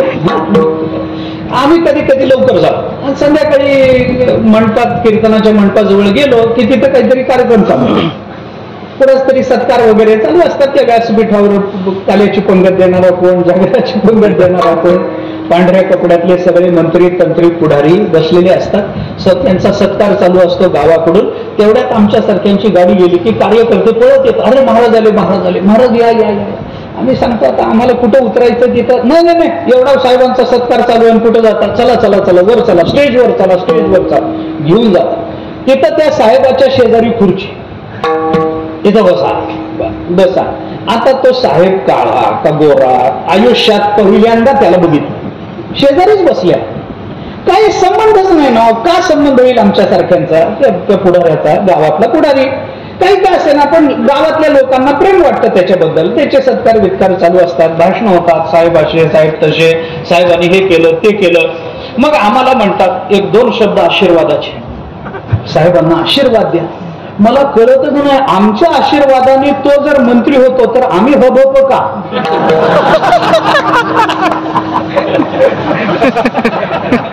आमचा आशीर्वाद त्याला मंत्री करतो ना, आम्ही कसे. आमच्या आशीर्वादानं काही होत नाही. जाहीर सांगतो कीर्तनात, तुम्ही त्या भानगडीत पडत जाऊ नका, काही होत नाही. आम्ही तुमच्यासारखेच माणसं होतो, फक्त पटका बांधतो, कंबर बांधतो, उभं राहून बोलतो, एवढंच आहे. नाहीतर तुमच्यात माझ्यात बाकी काही फरक नाही. आमच्या त्या आशीर्वादानं आमच्यासारख्यांच्या आमचं भलं होईना, तुमचं कुठं काय त्याला अर्थ आहे. नाही महाराज साहेबांनी दोन शब्द आशीर्वादाचे, दोन शब्द. आता काय बोलावं, त्याला माहितीच नाही त्याच्याबद्दल, काहीच माहित नसतं. काळा का गोरा, पांढरा तांदूळासारखा धुतलेला का कसा, काहीच माहित नसतं. आतापर्यंत किती खाल्ले त्याचा हिशोबही नसतो आमचा. मग आता बोला, साहेबांबद्दल बोला, दोन शब्द बोला, दोन शब्द. मग आम्ही फार हुशार, आम्ही माईक समोर उभं राहतो, आम्ही सांगतो साहेबांबद्दल काय सांगावं, कारण सांगण्यासारखं काही नाही, काहीच नाही ना सांगितलं. तुकोबाराय असं म्हणत नाही, काय सांगावं अशी जी भूमिका घ्यावी लागते ना, ती दोन वेळेला घ्यावी लागते. जेव्हा सांगण्यासारखं काहीच नसतं तेव्हा काय सांगू असं म्हणावं लागतं, आणि जिथं सांगण्यासारखं खूप असतं पण आमची बुद्धी पुरे पडत नाही, तिथंही काय सांगू असं नाही. दोन्ही वेळेला संतांचं वर्णन आमच्या सारख्यांना कळत नाही, कारण संत अनंत गुणनिधान आहे. संतांचं वर्णन करणं शक्य नाही. तुकोबाराय विचार करतात, जर संतांचं वर्णन करणं शक्य नसेल तर याच्यात मुख्य अडचण अशी आहे की संतांचं वर्णन जगासमोर जर नाही केलं तर जगाला संत कळायचे नाहीत ना. जगाला समजावून देण्याकरता तर तुकोबाराय आले ना. आम्ही वैकुंठवासी आलो याची कारणाशी कशा करता, बोलिले जे ऋषी साच भावे करताय. अरे संत काय सांगतात, संत कसे वागतात हे दाखवण्याकरता तर तुकोबाराय आले ना. हे दाखवण्याकरता तर गोरोबा काकांचा अवतार झाला ना. हे दाखवण्याकरता तर मुक्ताबाई जनाबाई आल्या ना. जगाचा उद्धार करण्याकरता या महात्म्यांचा अवतार आहे ना महाराज. मग आपण जर संतांचं वर्णन केलं नाही तर जगाला कळणार नाही, आणि संतांचं वर्णन तर करता येत नाही, आणि करता येत नाही म्हणून सोडून दिलं तर जगाचा उद्धार तर होत. किती मोठी अडचण आहे. याला शृंगापत्ती म्हणतात. न्यायाच्या भाषेमध्ये याला आपत्ती म्हटलं, याला शृंगापत्ती म्हणतात. वर्णन करता येत नाही, केल्याशिवाय राहतही नाही. केलं तर जगाचा उद्धार होत नाही, केलं तर जमत नाही. याला शृंगापत्ती म्हणतात. शृंगापत्ती म्हणजे दोन्ही बाजूनी आलेली अडचण. हो म्हणलं तरी अडचण, नाही म्हणलं तरी अडचण. तुम्हाला उदाहरण सांगतो. तुम्ही रस्त्यावर भेटलेल्या एखाद्या माणसाला असं विचारून बघा, का तुम्ही आता दारू पिऊन बायकोला मारणं सोडलं का? त्यांनी हो म्हणावं का नाही म्हणावं? त्यांनी हो म्हणलं तर ह्याच्या आधी मारत होता हे कबूल केल्यासारखं. तो जो म्हणला नाही तर अजून मारणं चालू आहे हे कबूल केल्यासारखं होईल. त्यांनी हो म्हणावं का नाही म्हणावं असं सांगता. याला शृंगापत्ती असं म्हणतात. मग काय करावं? वर्णन तर केलं पाहिजे. मग तुकोबारांनी त्याच्यातून एक मधला मार्ग शोधून काढला. ऐका, जेव्हा वस्तूचं वर्णन करणं शक्य नसतं, वस्तू वर्णनातीत असते, अनिर्वचनीय स्वरूपाची असते, आपल्याला सांगायचं असतं पण सांगता येत नसतं, त्यावेळेला वेदांतामध्ये आणि साहित्यशास्त्रामध्ये एक उपाययोजना केली. वेदांतामध्ये जेव्हा सांगायचं असतं, माहिती पूर्ण माहिती नसतं पण सांगायचं असतं, त्याच्याकरता उपमान प्रमाण वापरावं लागतं. उपमान प्रमाण, गो सदृश गवय हा उपमान प्रमाण. आणि साहित्यशास्त्रामध्ये त्यावेळेला अलंकाराची योजना करावी लागते. मग त्याला दृष्टांत सांगा, मग त्याच्याकरता उत्प्रेक्ष अलंकार, उपमा अलंकार, त्याच्याकरता अजून कुठले अलंकार शोधून काढा, अतिशयोक्ती अलंकार वगैरे वगैरे वगैरे या अलंकाराची योजना करावी लागते. सांगायचं असतं पण सांगता येत नाही, सांगतो पण पुढच्याला नीट कळत नाही. अशा वेळेला काय केलं जातं? अलंकाराची योजना साहित्यात केली जाते. अशा वेळेला वेदांतामध्ये उपमान प्रमाणाची योजना केली जाते. उपमान प्रमाण म्हणजे गो सदृश गवय, सादृश्य सांग, कुठेतरी समानता सिद्ध करत राहणं. या समानतेतून, कारण आपल्याला माहिती नसतं, जे सांगायचं असतं ते माहिती नसतं, मग जे माहिती असतं त्याच्यावरून जे माहिती नसतं ते समजावून सांगण्याची पद्धत. ऐका, गो सदृश उपमान प्रमाण, गो सदृश्य गवया, त्याला आता वेदांतामध्ये पुष्कळ विचार आहे, मी ते सांगत बसत नाही.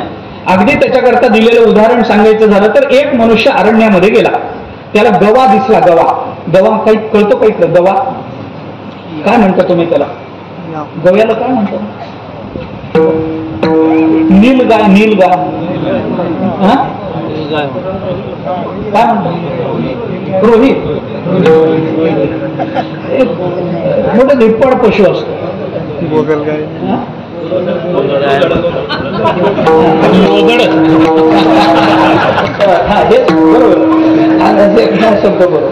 बरोबर. एक मनुष्य गेला अरण्यामध्ये, तिथं त्याला तो गवा दिसला. पशु, गाई बैलासारखा दिसणारा पशु, पण गाय नाही, बैल नाही. त्याला कळे ना हा कोणता पशु आहे, काय पशु आहे. परत आला, ते कुणाला विचारणार, मग गावातल्या शहाण्या लोकांना त्याला गवा म्हणतात, लोगड म्हणतात, त्याला गवा म्हणतात असं. मग त्याने आपले मित्र, अरे आज संध्याकाळी शेतातून येताना मी गवा पाहिजे. मित्रांनी विचारलं गवा म्हणजे का? अरे गवा म्हणजे काही नाही, गायीसारखा दिसणारा पशु असतो. गो सदृश गवया, गो सदृश गायीसारखा दिसणारा प्राणी आहे असं. मग मित्र म्हणाले ठीक आहे, दिसला असेल. 2-4 दिवसांनी मित्र त्याच्या शेतामध्ये गेल्यानंतर त्याला तो पशु दिसला आणि त्याच्या लक्षात आलं ही गाय नाही. मग त्याने आपल्याला सांगितलं होतं गायीसारखा दिसणारा पशु म्हणजे गवा आहे, हा गवा असला पाहिजे. आता या गव्याचा जो बोध या माणसाला झाला तो कशाने झाला? यांनी सांगितलेल्या सादृश्यावरून झाला. याला उपमान प्रमाण समजतात. आणि साहित्यशास्त्रामध्ये याच्याकरता दृष्टांताची योजना केली जाते. सांगायचं आहे पण कळत नसेल तर कळवून देण्याकरता दृष्टांताची योजना केली जाते. म्हणून तुकोबाराय संतांचं वर्णन करण्याचा प्रयत्न करतात. एखाद्या माणसाचं वर्णन केलं जातं, अमुक माणूस फार मोठा हो, किती मोठा? नाही, फारच मोठा हो. ते कळलं, मोठा हे कळलं, पण खरंच किती मोठा सांगा ना. कसं सांगू? लईच मोठा. तेही कळलं, पण म्हणजे किती मोठा सांगा ना. मग सांगता येत नाही म्हणल्यानंतर मग प्रयत्न केला जातो. आता कसं सांगू? अहो, समुद्रासारखा मोठा. हा, आता कळलं. फार मोठा, लईच मोठा, फारच मोठा, समुद्रासारखा मोठा, कारण समुद्र किती विशाल आहे हा मी बघितलेला असतो.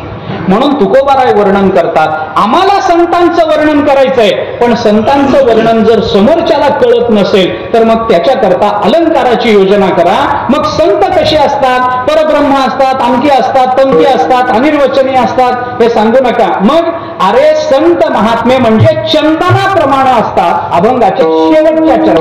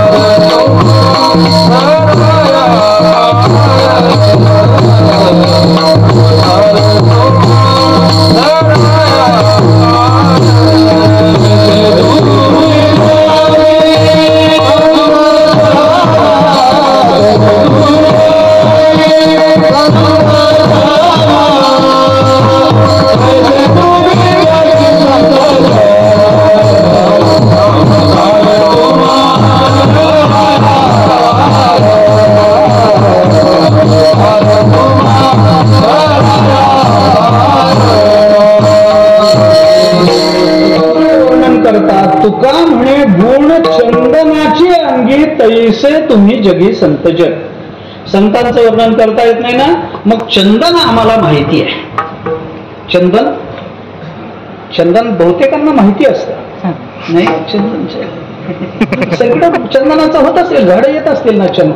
नाही काय अडचण आहे, चंदन महाग आहे, दुर्लभ आहे, सहसा मिळत नाही. आणि ज्या वेळेला आम्हाला मिळतं त्या वेळेला आम्हाला कळत नाही. अडचण लक्षात आली का? चंदन ज्या वेळ आम्हाला शक्यतो बघायला मिळत नाही, पण ज्या वेळेला मिळतं त्या वेळेला कळत नाही, कारण खाली लावतात एवढीच, खाली एवढाच तुकडा लावतात, त्याचा वासही येत नाही. कारण आयुष्यभर केलेल्या पापकर्माची दुर्गंधी इतकी असते, चंदनाचा वास कुठे निघून जातो कळतच नाही. चंदन आपल्याला ऐकून माहिती आहे. तुकोबाराय चंदनाचा दृष्टांत देतात, पण मी आपल्याला सांगतो की तुकोबारायांना चंदनाचा दृष्टांत इथं द्यायचा नाही. चंदनाचा दृष्टांत दिला नाही. तुकोबारायांची भाषा बघा, संत चंदनाप्रमाणे असतात असं तुकोबारायांना इथं अनेक अभंगामध्ये चंदनाचे हात, पायही चंदन, परिसा नाही हे नकोणी अंग, इथं चंदनाचाच दृष्टांत दिला, पण या अभंगात चंदनाचा दृष्टांत नाही. का? कारण चंदनाचा दृष्टांत दिला की चंदनाच्या ठिकाणी सुद्धा काही दोष येतात. त्या अभंगावर कीर्तन करताना बहुतेक सगळे सांगतातच, ते आठवा, मला आता ते सांगायचं नाही, मला त्या अभंगावर कीर्तनच नाही माझं. चंदनाचे हात पायही चंदन हा दृष्टांत दिल्यानंतर परिसा नाही ही कोणी अंग का दुसरा दृष्टांत दिला? कारण या दृष्टांतात दोष आहेत. काय दोष आहेत? चंदन किती चांगला असलं तरी वेळूला आपला सुगंध देऊ शकत नाही, चंदनाच्या बुडाला सर्पाची वस्ती असते, काय काय काय काय तुकोबारांनी दोष दाखवले ना. त्यामुळे तुकोबारांना संतांना चंदन म्हणायचं नाही. तुकोबारांचे शब्द काय? तुका म्हणे गुण चंदनाचे अंगी तैसे. चंदनाच्या गुणाचा दृष्टांत आहे, चंदनाचा दृष्टांत नाही. कारण चंदनामध्ये दोष असू शकतात, गुणात दोष असणं शक्य नाही. कारण गुण आणि दोष हे दोघं एकमेकांच्या परस्पर विरोधी आहे. गुणात दोष कसे दाखवणार? गुण वेगळे, दोष वेगळे. गुणात दोष नसतात, वस्तूत दोष असू शकतात. एखादा माणूस आहे, चांगला आहे, अमुक आहे, तमुक आहे, मोठा कलाकार आहे, चांगलं शिल्प तयार करतो, चांगलं चित्र काढतो, पण दारू पितो. हे शास्त्रीय संगीतातले गायक चांगले गायक असतात, दारू पितात. आता मला सांगा, चित्रकार उत्तम चित्र काढतो आणि तो दारू पितो, हा दारू पिणं हा दोष चित्रकलेचा आहे का व्यक्तीचा आहे? व्यक्तीचा आहे. हा कलेचा दोष नाही, कारण कलेमध्ये दोष नसतात, गुणामध्ये दोष नसतात. तुका म्हणे गुण चंदनाचे अंगी तैसे. तुम्ही चंदनासारखे आहेत असं नाही, चंदनाच्या ठिकाणी जसे गुण राहतात तसे तुम्ही आहात. दृष्टांत बारीक आहे. अहो आता हे तुम्हाला खरं सांगू, दृष्टांत जर संतांनी दिले नसते ना, आपल्याला काही कळालं नसतं. कोणी दृष्टांत देण्याच्या बाबतीत ज्ञानोबारायांचा हातच धरू नये कोणी. विचार करा, दृष्टांत देण्याच्या बाबतीत ज्ञानोबा एकाला लागून एक, एकाला लागून एक, एक एक एक असे दृष्टांत एकाच्या पुढे एक सांगत जातात. सोपं नाही महाराज ते. दृष्टांत द्यावं. मी तुम्हाला सांगू, तुम्ही ज्ञानोबारायांच्या नंतर महाराष्ट्रामध्ये झालेलं कोणतंही वाङ्मय काढा, कोणतंही संत वाङ्मयच नाही, तुम्ही कोणतेही कथा काढा, कादंबऱ्या काढा, दिवाळी आमच्या काढा, काही काढा, आणि या सगळ्या वाङ्मयामध्ये आलेला कोणताही दृष्टांत मला आणून द्या, मी तुम्हाला त्याचं मूळ ज्ञानेश्वरीतलं काढून देतो. असा दृष्टांत ज्ञानोबारांनी शिल्लक ठेवला नाही महाराष्ट्रामध्ये की दुसऱ्यांनी नवीन शोधून काढा. ज्ञान सांगावं ज्ञानोबारांनी, एका लागून एक अनेक दृष्टांत ज्ञानोबाराय देतात. का दृष्टांत द्यावे लागतात? कारण असं असतं की ऐकायला येणारा प्रत्येक जण एकाच बुद्धीनं ऐकायला आलेला नसतो, एकाच क्षेत्रातून आलेला नसतो. तो भिन्न भिन्न क्षेत्रातून आलेला आहे, भिन्न भिन्न बुद्धिमत्तेतून आलेला आहे, भिन्न भिन्न दुःखातून आलेला आहे, भिन्न भिन्न विचारसरणीतून आलेला आहे, भिन्न भिन्न मनोअवस्थेतून कीर्तनाला आले. प्रत्येकाचं समाधान करायचं असेल तर त्या अवस्थेवर जाऊन दृष्टांत द्यावे लागतात. म्हणून एक कधी स्वयंपाकघरातला दृष्टांत, कधी सोनाराचा दृष्टांत, एक नाही अनेक दृष्टांत द्या. तुम्ही एक साधं उदाहरण, नासतो विद्यते भाव नाभाव विद्यते स्वतः श्लोक काढा दुसऱ्या अध्यायात, 4 दृष्टांत ज्ञानोबारांनी दिले. किती भिन्न भिन्न दृष्टांत आहेत मला सांगा. ज्ञानोबारांनी त्याची प्रस्तावना केली. उपाधी माझी गुप्त, चैतन्याचे सर्वगत, हे तत्वज्ञ संत स्वीकारिती. हे सांगण्याकरता ज्ञानोबाराय उपाधीमधून चैतन्य तत्व कसं बाजूला काढायचं असतं हे सांगण्याकरता ज्ञानोबाराय 4 दृष्टांत देतात. सलिली पय जैसे एक होवनी मिनले असे, ते निवडोनी राजहंसे वेगळे कीजे. ही अग्निमुखी किडा तोडोनिया चोखा, निवडती केवळ बुद्धिमंत.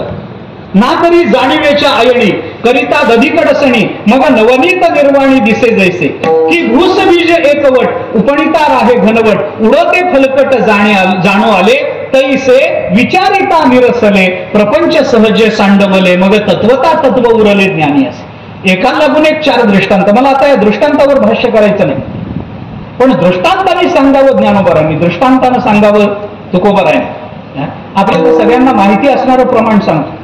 तपे विण दैवत, सगळ्यांना पाठ आहे हरिपाठात. तपे विण दैवत, दिधल्या विण प्राप्त, गुजे विण हित, कोण सांगे असा प्रश्न ज्ञानोबारांनी उपस्थित केला. कोण सांगे? मग ज्ञानोबारांच्या लक्षात आलं रे कोणी सांगत नाही. मग ज्ञानोबाराय म्हणाले ज्ञानदेव सांगे. आणि कसं सांगे? दृष्टांताची मात करून सांगे. हे ज्ञानोबारांचं वैशिष्ट्य. लक्षात ठेवा. कोण सांगे? कोणी न सांगे, मग ज्ञानदेवच सांगे. आणि जे सांगे ते दृष्टांताची मात करून सांगे. म्हणून तुकोबाराय दृष्टांताची योजना करतात. तुका म्हणे गुण चंदनाचे अंगी तैसे तुम्ही जगी संतजन. गुणात्मक वर्णन करण्याचा तुकोबारायांचा हा प्रयत्न आहे.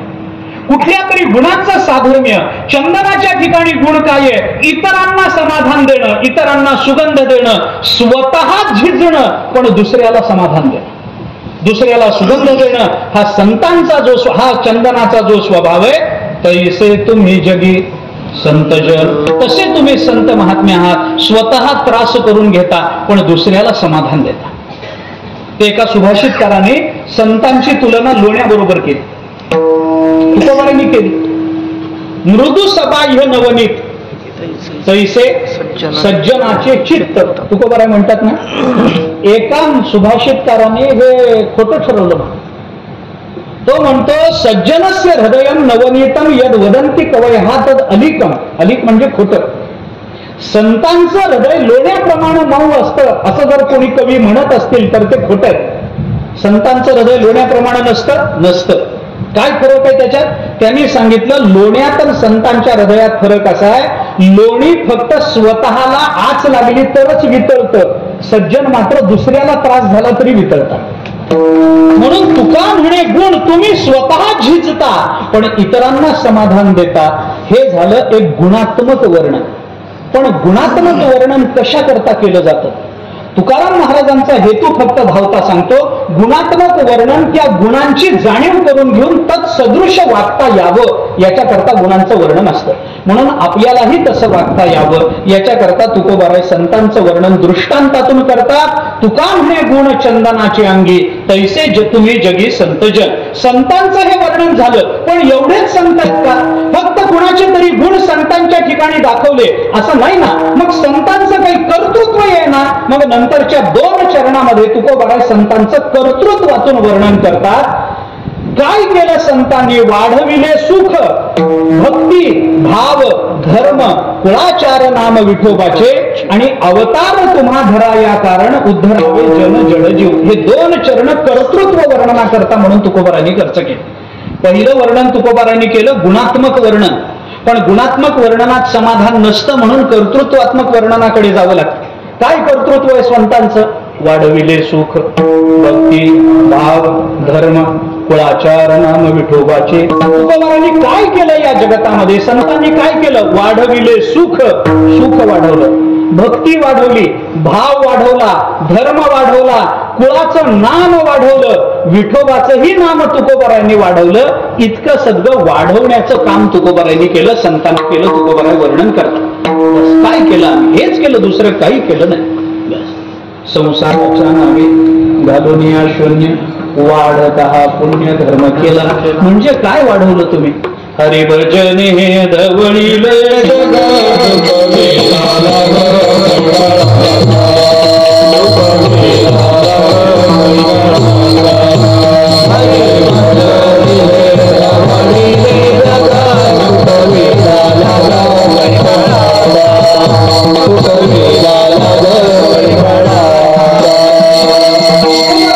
जसं संतांनी वाढवलं तुकोबारायांनी वाढवलं ना. काय वाढवलं नाही तुकोबारायांनी? हरिभक्तीचा महिमा विशेष वाढविला. तुकोबारायांनी केलेलं काम आहे, विशेष वाढवला. हे त्यांचं कर्तृत्व. आणि काय कर्तृत्व? अवतार तुम्हा धराया कारण उद्धरावे जन जड जीव. जनाचा जीवाचा जडाचा उद्धार करण्याकरता संत अवताराला येतात. हे संतांचं दुसरं कर्तृत्व आहे. एक कर्तृत्व वृद्धिंगत करण्याचं आहे आणि दुसरं कर्तृत्व मुक्त करण्याचं आहे. उद्धरावे जन जड जीव. जनाचा उद्धार जडाचा उद्धार जीवाचा उद्धार संत करतात. परमात्मा सुद्धा हे कर्तृत्व गाजवू शकत नाही. मी अनेक वेळेला सांगतो, परमात्म्याला सुद्धा जे करता येत नाही ते करायला जे येतात त्यांना संत म्हणतात. भगवंताला जे जमलं नाही ते ज्ञानोबारायांनी केलं. भगवंताला जे जमलं नाही ते नाथ महाराजांनी केलं. मी आपल्याला उदाहरण सांगतो अनेक या संबंधात. थोडस वेगळं बोलू, तुम्हाला पटेल कदाचित, भावना तुमची असेल तर. मी तुम्हाला एक कल्पना सांगतो, ऐका. जर भगवान श्रीकृष्णाने ज्ञानेश्वरी वाचली असती की, ऐका मी काय बोलतो ते ऐका. भगवान श्रीकृष्णाने जर ज्ञानेश्वरी वाचली असती तर भगवान श्रीकृष्ण ती ज्ञानेश्वरी घेऊन ज्ञानोबारांकडे गेले असते आणि ज्ञानोबारांना म्हणाले असते, मलाही असंच सांगायचं होतं पण जमलं नाही. भगवान श्रीकृष्ण सामान्य नाही बरं. भगवान श्रीकृष्णाने जर ज्ञानेश्वरी वाचली तर ज्ञानोबारांच्या चरणाजवळ जातील समाधीत आणि ज्ञानोबारांच्या पाया पडून म्हणतील, मलाही असंच सांगायचं होतं, इतकंच सोपं सांगायचं होतं, इतकंच व्यापक सांगायचं होतं, पण तेवढी बुद्धीच नव्हती, मला जमलं नाही. भगवान बोलतील. देवालाही जमत नाही ते करतात. परमात्मा सगळ्यांचा उद्धार नाही करू शकत, नाही करू शकत. परमात्म्याच्या उद्धाराची स्थान स्पष्ट आहेत. परमात्मा कुणा करता? आपण नेहमी सांगतो परमात्मा कुणा करता अवताराला येतात? परित्राणाय साधूनां विनाशाय च दुष्कृतां धर्मसंस्थापनार्थाय संभवामि युगे युगे. परमात्मा कुणा करता अवताराला येतात? परित्राणाय साधूनां आणि विनाशाय च दुष्कृतां. भक्ता राखे पायापाशी आणि दुर्जनाशी संहार. भक्ताचं रक्षण, दुर्जनाचा संहार, दोघांकरता भगवंताचा अवतार. मला सांगा, हे सज्जन आणि दुर्जन सोडले तर जगामध्ये तिसरा वर्गच नाही का? बरोबर विचार करू. सज्जन आणि दुर्जन, जगात सगळे सज्जनच आहेत का? सांगा बरं, जगात सगळे सज्जनच आहेत? नाही. बरं, मग सगळे दुर्जनच असतील? नाही. मग सगळे सज्जन नाही. आता कसं सांगायचं बरं? इथं बसले ना, आपल्यापैकी सज्जन कोण? हातवर करा. सज्जन सज्जन जाहीर आव्हान. सज्जन कोण? हातवर करावं. कीर्तन करा सकट. आहे ताकद कोणाची? आम्ही म्हणजे हातवर, कारण आमचं आम्हाला माहिती आहे पुला खालून किती पाणी वाहून गेलंय, कसं आहे, खालून किती आले, वरून किती आले, आमचं आम्हाला कळतच ना. आपल्यापैकी सज्जन कोण हातवर करत नाही. बरं जाऊ द्या, नसे नाका, मला मग काही म्हणायचं नाही, जाऊ द्या. मग आपल्यापैकी दुर्जन कोण हातवर करत? दुर्जन आहे कोणी? दुर्जन असते तर कीर्तनाला आले असते का? दुर्जन कीर्तनाला येतो काय? तुम्ही दुर्जन आहात काय? नाही ना, तुम्ही दुर्जन नाही, मला माहिती आहे. पण सज्जन म्हणल्यावर हातवर करत नाही, त्याला मी तरी काय करू? सज्जन कोण? हातवर करत. दुर्जन कोण? हातवर करत नाही. आम्ही काही दुर्जन नाही. गळ्यामध्ये तुळशीची माळ आहे आमची. एकादशीचं व्रत आहे. आळंदी पंढरपूरची वारी चुकवली नाही कधी. आम्ही काही दुर्जन आहोत? नाही. आळंदीला गेलो, पंढरपूरला गेलो, देहूला गेलो, पैठणला गेलो, वाऱ्या चालू आहेत ना. आम्ही दुर्जन नाही, गोष्ट खरी. पण ज्या आळंदी पंढरपूरला जाऊन आमची सज्जनता आम्ही सिद्ध करायला जातो, तिथं वय झालेलं नसताना अर्ध्या तिकिटात जातो, हे कोणत्या सज्जनतेचं लक्षण ते तरी सांगा. निदान वारकऱ्यांनी तरी, निदान खोटं कोणीच वागू नये, पण वारकऱ्यांनी सुद्धा खोटे पास काढावे, वारकऱ्यांनी सुद्धा खोटे आधार कार्ड काढावे, वारकऱ्यांनी सुद्धा वय वाढवून अर्ध तिकीट घ्यावं. वारकऱ्याने खरे बोले तरी फुकासाठी जोडे हरी, माझी या सत्यवादाचे तप वाचा केली बहुत काही. कुठे गेलं? आम्ही सज्जनही नसतो ना, आम्ही दुर्जनही नसतो महाराज. सज्जन दुर्जनतेचं मिश्रण एक तिसरा वर्ग असतो. ऐका, म्हणून तुकोबाराय संतांचं कर्तृत्व सांगताना सज्जन आणि दुर्जनाचं नाव घेत नाहीत. उद्धरावे जन, जड आणि जीव. सज्जनाचा उद्धार करायलाही संत येत नाहीत आणि दुर्जनाचा उद्धार करायला येत नाहीत. सज्जनता आणि दुर्जनता या दोन टोकांच्या मध्ये असलेले जन, जड, जीव यांच्या उद्धाराकरता संत महात्मे येतात. तुकोबाराय अवताराला आले तुमच्या माझ्या करता, जीवा करता. तुकोबाराय अवताराला आले जडा करता. तुकाराम महाराज अवताराला आले. बघा ना, विचार करून मी आपल्याला साधा सांगतो. तुकोबा ज्ञानोबाराने हरिपाठ सांगितला, जनाचा उद्धार. ज्ञानोबाराने रेड्यामुखी वेद बोलवला, जीवाचा उद्धार. आणि ज्ञानोबाराने भिंत चालवली, जडाचा उद्धार झाला का ना? उद्धरावे जड, जड, जीव यांच्या उद्धाराकरता संत महात्मे येतात. हे संतांचं कर्तृत्व झालं. तुकोबाराय प्रस्तुत अभंगामधून संतांचं वर्णन करण्याचे 4 प्रयत्न करतात.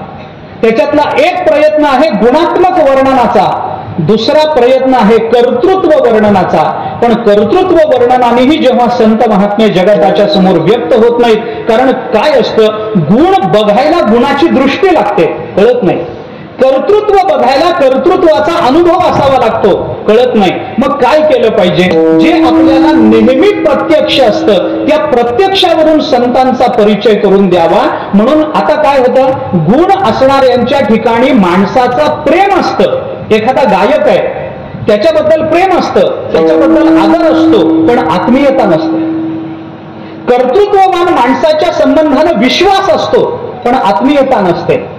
पण श्रद्धा, विश्वास आणि आत्मीयता या तिन्ही गोष्टी एकत्रित आल्यावर वर्णन पूर्ण करता येईल असं तुकोबारायांना वाटलं. आणि श्रद्धा, विश्वास आणि आत्मीयता ज्यांच्या ठिकाणी आहे त्यांचं उदाहरण तुकोबाराय संतांना देऊन सांगतात की तुम्ही जे संत आहात, तुमच्या ठिकाणी श्रद्धा वाटावी, तुमच्या ठिकाणी आदर वाटावा आणि तुमच्या ठिकाणी आत्मीयता वाटावी. तर तुम्ही संत महात्मे या तिन्ही गुणांची एकवाक्यता जिथे होते त्या मायबापासारखे असता. अभंगाच्या पहिल्या चरणात तुम्ही संत माया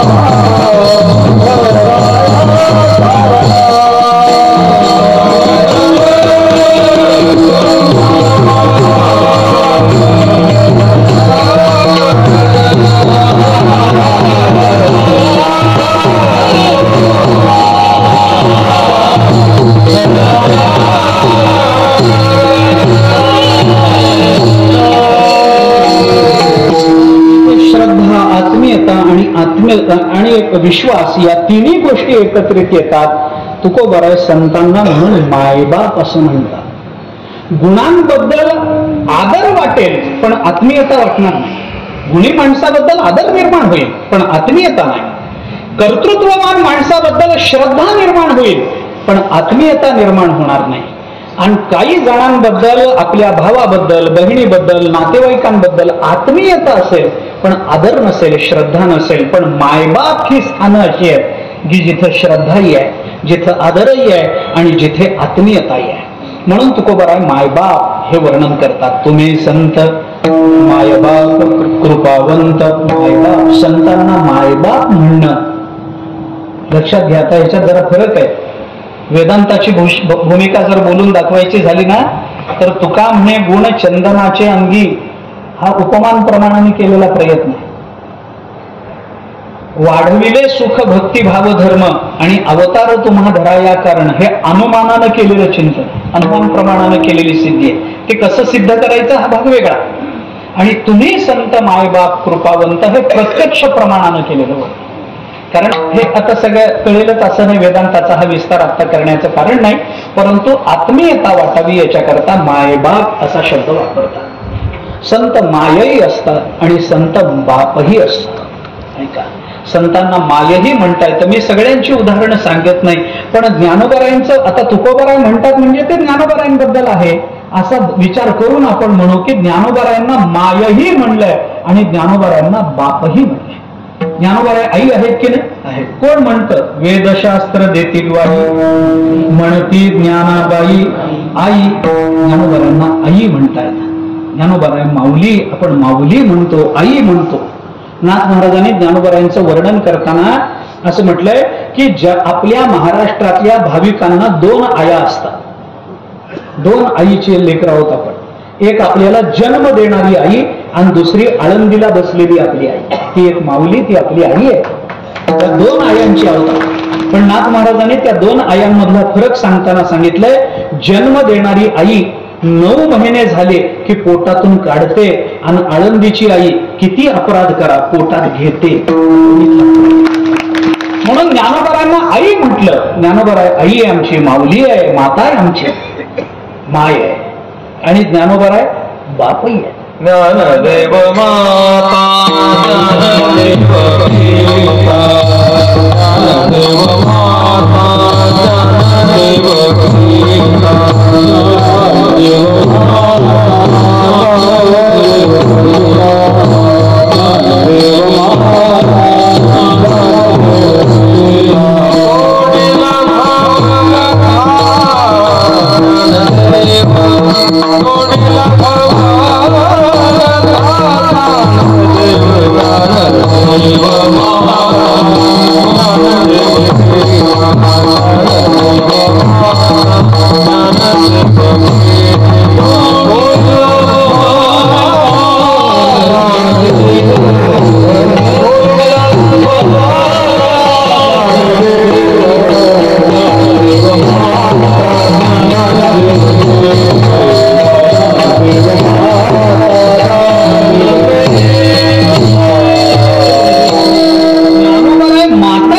ज्ञानोबराय पिताई आहे.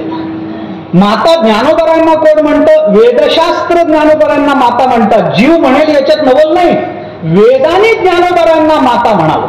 जे वेद सगळ्या जगाची माता म्हणून ज्ञानोबरांनी वेदाला माता म्हटलं. अहितापासून काढिती, हित देवोने वाढविती, नाही श्रुती परवती माऊली जगा. ही माऊली तिला माऊली म्हणते आणि ज्ञानोबराय जिला माऊली म्हणतात ती माऊली ज्ञानोबरायांना माता म्हणते. हे ज्ञानोबरायांचं मातृत्व आहे. आणि ज्ञानोबराय पिताई आहे. कुठे?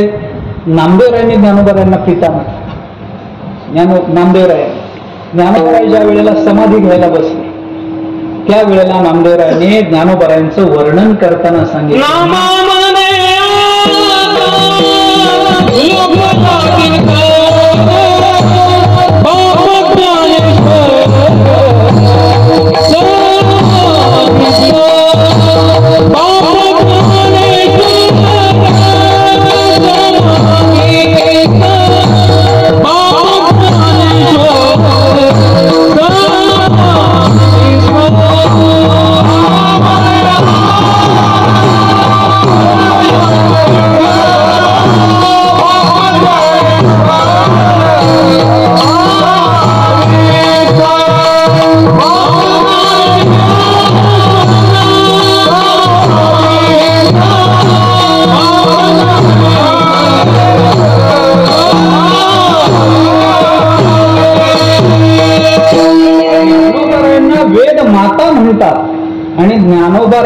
नामदेवराय बाप म्हणतात. नामा म्हणे आता लोकला दिनक बाप ज्ञानेश्वर समाधिस्थ.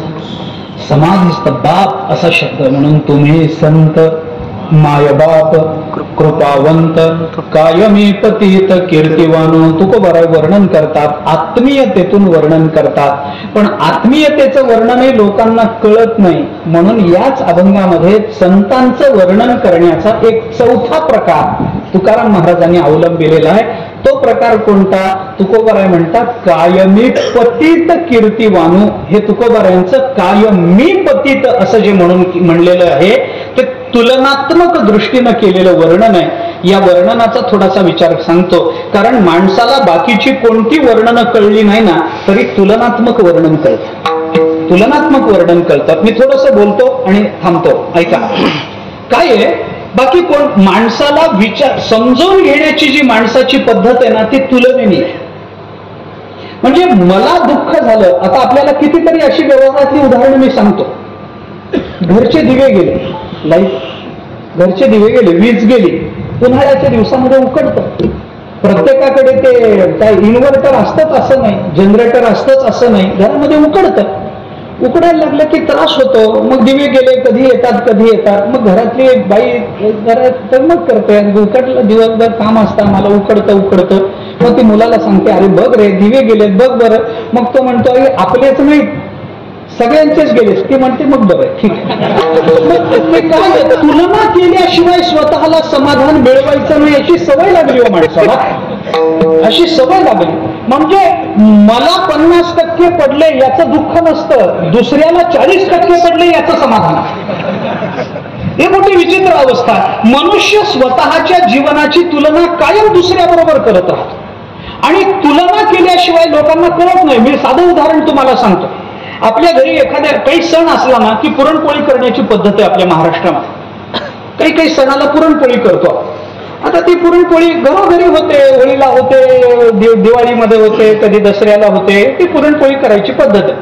ती पुरणपोळी, आता तुमच्याकडे जरा मांडे जास्त आहेत, आमच्याकडे पुरणपोळी जास्त. पुरणपोळी केली की ते बायकोला असं वाटत राहतं की आपण केलेली पुरणपोळी गरम असताना नवऱ्याने खावी. याच्यात काही गैर आहे का? काही गैर नाही. की माता शेवटी घरातली गृहिणी आहे, तिला वाटतं आपल्या अन्नाची कदर व्हावी आपण केलेल्या, गरम गरम खावं. म्हणून ती नवऱ्याला अहो पटकन बसा बरं पाना, बसा पटकन बसा, पुरणपोळी गरम गरम केली आहे. मग तोही म्हणतो ठीक आहे, ताट घेतो, तोही बसतो. तिची आज्ञा असल्यावर तो काय नाकार, तो म्हणतो ठीक आहे, ताट बीट घेतो, लगेच बसतो. बसलं की ती गरम गरम गरम गरम पुरणाची पोळी तव्यावरून त्याच्या पानात टाकते, त्याच्यावर तुपाची धार धरते आणि पोळी वाढल्याबरोबर त्याने अजून पुंडलिक वरदा म्हणलेलंही नसतं, तेवढ्यात तिचा प्रश्न असतो कशी झाली. अजून खाली नाही, मग खा पटकन, कशी झाली बघा बरं. तो म्हणतो अगं गरम आहे, हात लावू देत नाही, कसं खाणार, काय ते किती गरम आहे. नाही बघा बघा जरा पटकन बघा कशी झाली सांगा. म्हणजे पुढच्या पोळीमध्ये काही सुधारणा करता येईल, काही कमी असेल जास्त असेल तर सांगा बरं कशी झाली. तो म्हणतो खाऊन बघतो, पण ती इतकी गरम असते, हात लावला की चटका बसतो, त्याला तुकडाच तोडता येत नाही. त्या 2-4 वेळेला प्रयत्न करतो, ती इतकी तापलेली असते ती काही पोळी काय वाटलं तापलेली असते पोळी. हो पोळी तव्यावरून आलेली असते ना, म्हणून सांगतो मी ती भयंकर तापलेली असते, हातच लावू देत नाही पोळी. काहीतरी करतो, फू फू फू करून थोडं एखादा तुकडा तोडतो, न तोडतो तोडतो, कशी झाली सांगा. तो म्हणतो आता हाताला चव कळत असते का, चव जिभेला कळते, मी आत्ता तुकडा, मग पटकन खाऊन बघा बरं. तो म्हणतो अगं किती गरम आहे, ती कसं ते काही नाही, काही करा, पाहिजे तर अजून तूप घ्या, काहीतरी करा, दुधात बुडवा, काहीतरी करा, पण पटकन खाऊन मला सांगा बरं कशी झाली. कसं बसा ते फू फू करून तेवढा तुकडा काही करून धाडस करून तोंडात घालतो. अडचण प्रारब्ध कसं असतं बघा. प्रारब्ध कसं असतं की तो गरम गरम पुरणाची पोळी तोंडात घालतो खरं, पण त्या पोळीतलं पुरण असतं की नाही ते वर टाळूला चिकट, त्याला ते खाता येत नाही. ते वर चिकटलेलं असतं, बोलता येत नाही, खाता येत नाही. ते खाली ओढायचा प्रयत्न करावा, जिभेला चटके बसतात, हा हो होत राहतो. काय करावं आणि तिचं कशी झाली सांगा, कशी झाली आता काय कशी झाली, मरायची पाळी आली, काय झालं. मग काहीतरी होतं, थोड्या वेळाने ती पोळी तो खातो. खाल्ल्यानंतर ती विचारते कशी झाली, मग तो म्हणतो अतिशय सुंदर झाली. आता मला सांगा, अतिशय सुंदर झाली एवढ्या कौतुकावरून जिचं समाधान होतं तिला बायको म्हणतात का? समाधान नीट सांगा ना कशी झाली. अगं खरंच चांगली झाली. अहो नीट अजून एक घ्या पाहिजे तर गरम गरम. तर आता गरम नको, नको मी खातो. मग कशी झाली सांगा. अगं खरंच चांगली झाली. नाही तुम्ही मनापासून सांगत नाही, नीट सांगा कशी झाली. मग तो म्हणतो बघ आतापर्यंत तू अनेक वेळेला पुरणपोळी, प्रत्येक वेळेला तुझी पुरणपोळी चांगली होते, पण आतापर्यंत जेवढ्या वेळेला तू पुरणपोळी केली ना त्या सगळ्यापेक्षा ही चांगली झाली. तरी तिला वाटत नाही सांग. पण ते तसं नाही, तुम्ही उगी तोंडावर कौतुक करू नका, नीट सांगा मला कशी झाली. मग याच्या डोक्यात प्रकाश पडतो. मग तो म्हणतो तुला खरं सांगू का कशी झाली. ते सांगा बरं कशी झाली. मग तो म्हणतो अगं अशी पुरणपोळी माझ्या आईलाही जमत नाही. ती म्हणते हा आता तुलना केल्याशिवाय समजूनच घ्यायचं नाही असा नियम आहे. म्हणून तुकोबाराय संतांचं वर्णन करत असताना संतांचं मोठेपण सिद्ध होत नाही हे लक्षात आल्यानंतर निदान स्वतःचं लहानपण तरी सिद्ध करता येईल की नाही या विचारानं म्हणतात कायमी पतित कीर्तिवान. तुकोबाराय मी स्वतःला पतित आहे असं म्हणून घेतात. हे का म्हणून घेतात याचा थोडासा विचार मला करायचा आहे. एकदा भजन करू, थोडासा विचार सांगतो, सेवा संपवतो. विठोबार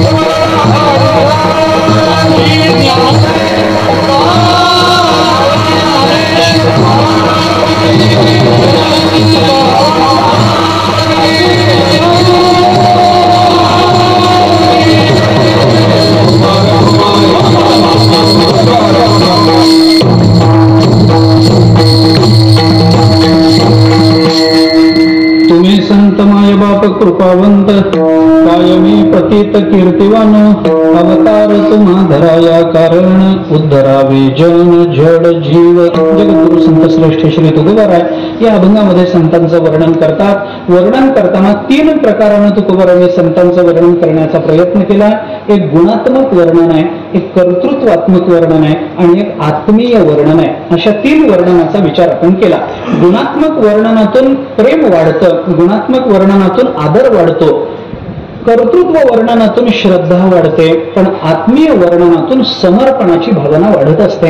याच्याकरता म्हणून तुकोबाराय वर्णन करतात तुम्ही संत मायबाप. पण एवढ्या वर्णनातूनही संत जगाला कळतील असं तुकोबारायांना वाटत नाही. म्हणून तुलनात्मक वर्णनाचा चौथा विचार तुकोबाराय करतात. कायमी पतित कीर्तिवान, पतित आहे असं तुकोबाराय बोलतात. वास्तविक तुकोबारायांना पतित म्हणून घ्यायचं कारण नाही, पण माणसाच्या किंवा भाविकाच्या संतांच्या अंतःकरणामध्ये असणारी नम्रता माणसाला संतांना किती किती किती स्वतःला लहान समजायला भाग पाडते याचं आदर्श उदाहरण म्हणजे तुकोबाराय स्वतःला पतित म्हणून घेतात. संतांच्या अंतःकरणामध्ये असणारी नम्रता त्यांना लहान बनवायला भाग पाडते. मोठे जगतालाही आधार देणारे संत आहेत, विश्वाचा आधार आहेत, परमात्म्याचा आधार आहेत, पण तरी सुद्धा तुकोबाराय स्वतःला पतित म्हणून घेतात. पतित पतित परिमी त्रिवाचा पतित वगैरे वगैरे नेहमी आपण सांगतो. तुकाराम महाराज स्वतःला पतित म्हणून घेतात, अनेक अभंगामधून म्हणून घेतात. मी पतित आहे, अनाथ अपराधी, पतित हा गळा परी पाया वेगळा नका करू. मी पतित आहे. अरे पण काय पतित म्हणजे तुम्ही असं काय पाप केलंय की तुम्ही स्वतःला पतित म्हणून घेता? तुकोबारायांच्या जीवनामध्ये स्वप्नातही पाप नाही, स्वप्नातही नाही. त्यांना काय कारण आहे? पाप मनात यायचं तरी काय कारण आहे? काय कारण आहे असं सांगतात. स्वानंद सुखनिवासी जोग महाराज काशीला गेले, गंगेमध्ये स्नानाला उतरले. तिथल्या पंड्यांनी त्यांना संकल्प सांगितला आणि संकल्पामध्ये त्यांनी आत्ता केलेलं आणि पूर्वजन्मात केलेलं माझं पाप निवृत्त व्हावं याच्याकरता मी संकल्प करतो आहे असा संकल्प सांगितला. जोग महाराजांनी हातात घेतलेलं पाणी टाकून दिलं. तो म्हणाला करा ना संकल्प. ते म्हणले नाही करणार. म्हणले का नाही करणार? जोग महाराज म्हणले या काय मागच्या काय हजारो काय स्वप्नात पाप केलं नाही तर निवृत्त व्हायचा संकल्प पाप नाही झाला. मनात पाप नाही. टेंबे स्वामी एकदा आळंदीला चरित्रात जोग महाराज वासुदेवानंद सरस्वती स्वामी महाराज टेंबे स्वामी महाराज आळंदीला आले. माऊलींच्या दर्शनाकरता दर्शनाला गेले, दर्शन घेतलं आणि बाहेरच्या ओढीत येऊन बसले.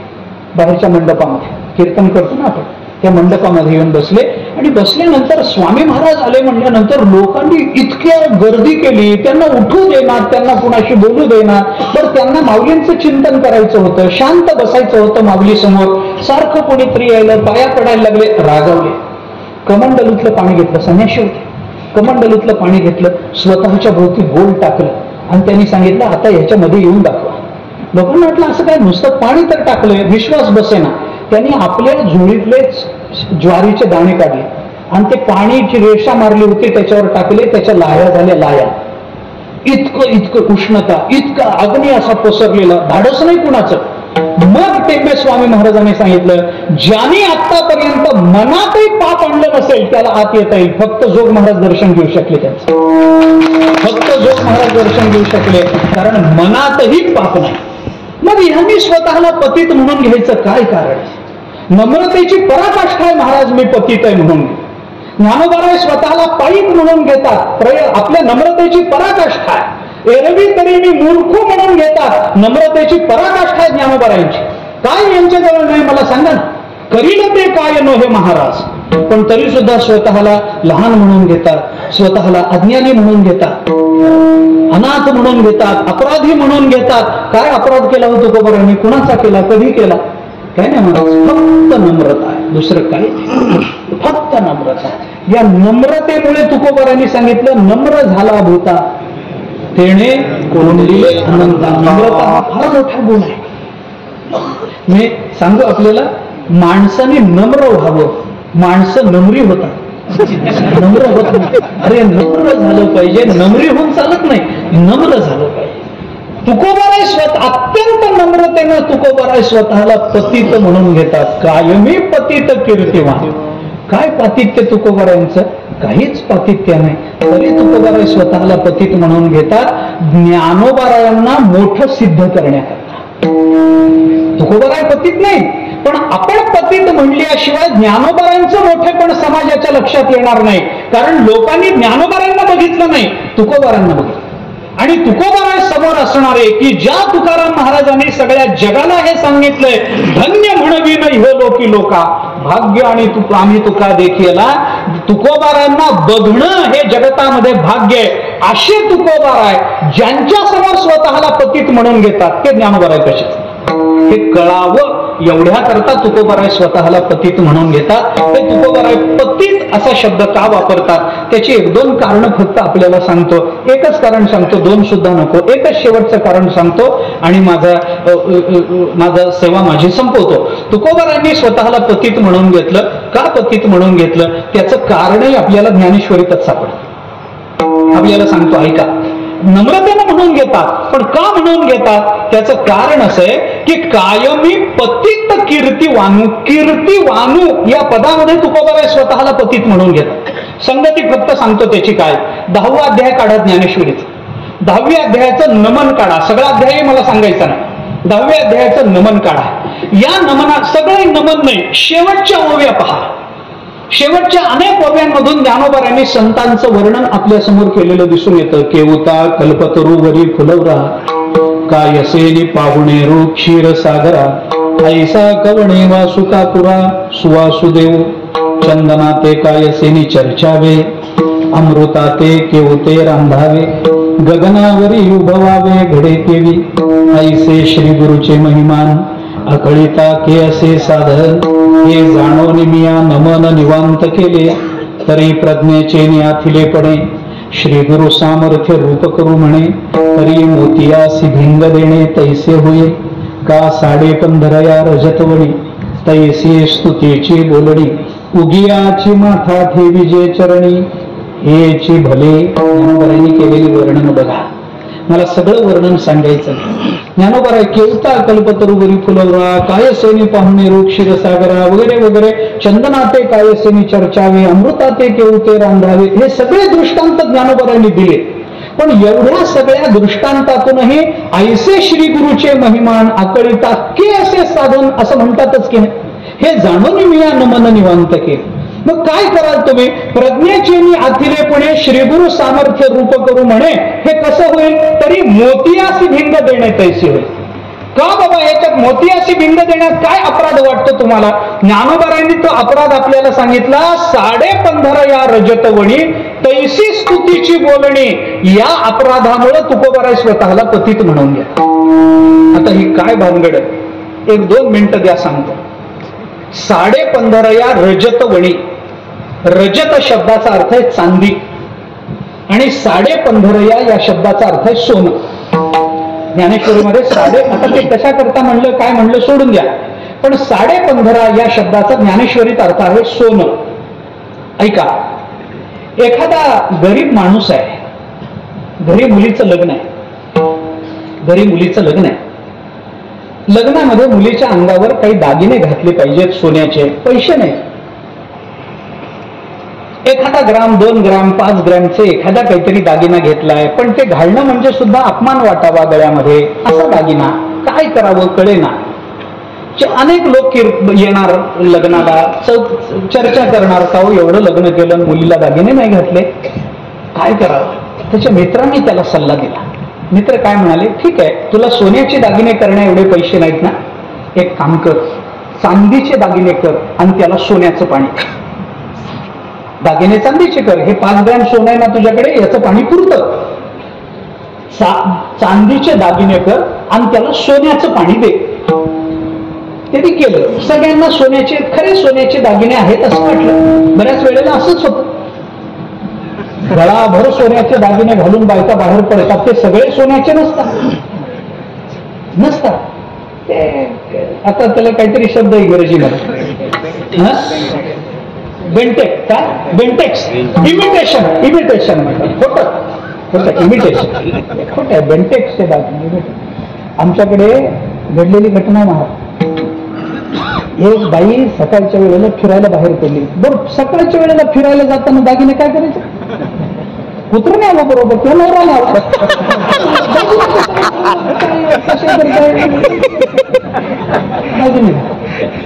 पहाटेच्या वेळेला ते मोटरसायकल वरून 2 चोर आले. ते हिसका मारून गळ्यातले दागिने चोरले पडून गेले. रडली आरडाओरडा झाला. घरी आली शांत होती. नवऱ्याने विचारलं दागिने घालवले सगळे. ते खोटे होते खरे नव्हते. ठीक. दुसऱ्या दिवशी पुन्हा फिरायला बाहेर पडली तेव्हा ते चोर परत आले. आता कशा करता त्यांनी घेतलेले दागिने दिले तिच्या नवऱ्याला तिला मारलं आणि सांगितलं ह्याच्या पुढे तरी निदान खरे दागिने घालत चालतात. ते घडलेले खोटं नाही वर्तमानपत्रात आलेली बातमी असतात. मला तो विषय सांगायचा नाही. मला असं म्हणायचंय की चांदीच्या दागिन्याला कमी किंमत असते पण सोन्याचं पाणी जेव्हा चांदीच्या दागिन्याला दिलं जातं तेव्हा त्या सोन्याच्या पाण्यानं चांदीच्या दागिन्याची किंमत वाढते का कमी होते. वाढते. चांदीच्या दागिन्याला सोन्याचं पाणी दिलं तर चांदीच्या दागिन्याची किंमत वाढते. आता थोडं उलट करा. एखादा मनुष्य श्रीमंत आहे सोन्याचे दागिने मुलीच्या गळ्यात घालणं शक्य आहे पण त्याला चांदी आवडते म्हणून त्यांनी 1 किलो सोन्याचे दागिने केले आणि त्याला चांदीचं पाणी दिलं. मी काय म्हणतो लक्षात आलं आपल्या. सोन्याच्या दागिन्याला चांदीचं पाणी दिलं.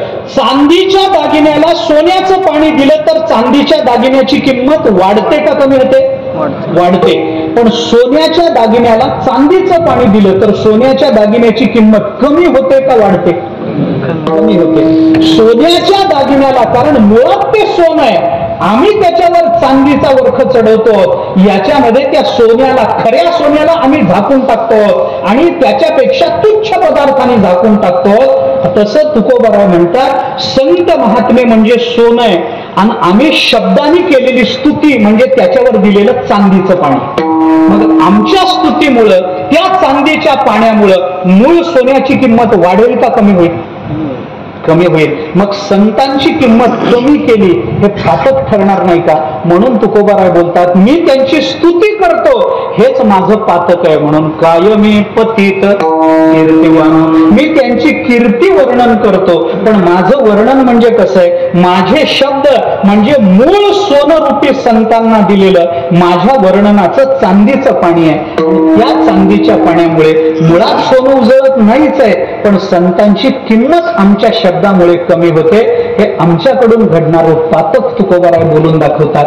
आणि म्हणून कायमी पतित कीर्तिवानो अवतार तुम्हा धराया कारण उद्धरावे जन जड जीव. तुकोबाराय म्हणून म्हणतात की आम्ही पतित असं स्वतःचं पातित्य सिद्ध करून संतांचं वर्णन आपल्याला करता येत नाही असं म्हणत तुकाराम महाराजांनी 4 पद्धतीनं संत वर्णनाचा प्रयत्न केला. एक गुणात्मक वर्णन आहे, एक कर्तृत्वात्मक वर्णन आहे, एक आत्मीय वर्णन आहे आणि एक तुलनात्मक वर्णन आहे. अशा 4 चरणामध्ये तुकोबाराय संतांची 4 प्रकारची वर्णन करतात. ज्या प्रकारचं वर्णन आपल्याला भावेल, ज्या प्रकारचं वर्णन आपल्याला आवडेल, ज्या प्रकारचं वर्णन आपल्याला समजेल, त्या वर्णनातून संत सेवेकडे आपण प्रवृत्त झालं पाहिजे. ही तुकोबारायांची त्याच्यातली आंतरिक भावना लक्षात घेऊन संतांच्या वर्णनाकडे, संतांच्या सेवेकडे तुम्ही आम्ही प्रवृत्त झालं पाहिजे. याकरता तुकोबाराय ही वर्णनं करतात. ही वर्णनं आपण लक्षात घेतली पाहिजेत आणि त्या दृष्टीनं संत सेवेकडे प्रवृत्त झालं पाहिजे. मायबाप या शब्दाच्या आधारानं मला जे बोलायचं होतं, तर हे आई आणि वडील हे दोन्ही संतच असतात. गंमत याच्यात आहे, तुम्ही संत मायबाप कृपा, तुम्ही मायबाप संत असता असं तुकोबाराय म्हणत नाही, तुम्ही संत मायबाप असता असं तुकोबाराय म्हणतात. लक्षात घ्या. उपमान आणि उपमेय, आता हे जरा साहित्यातलं चिंतन.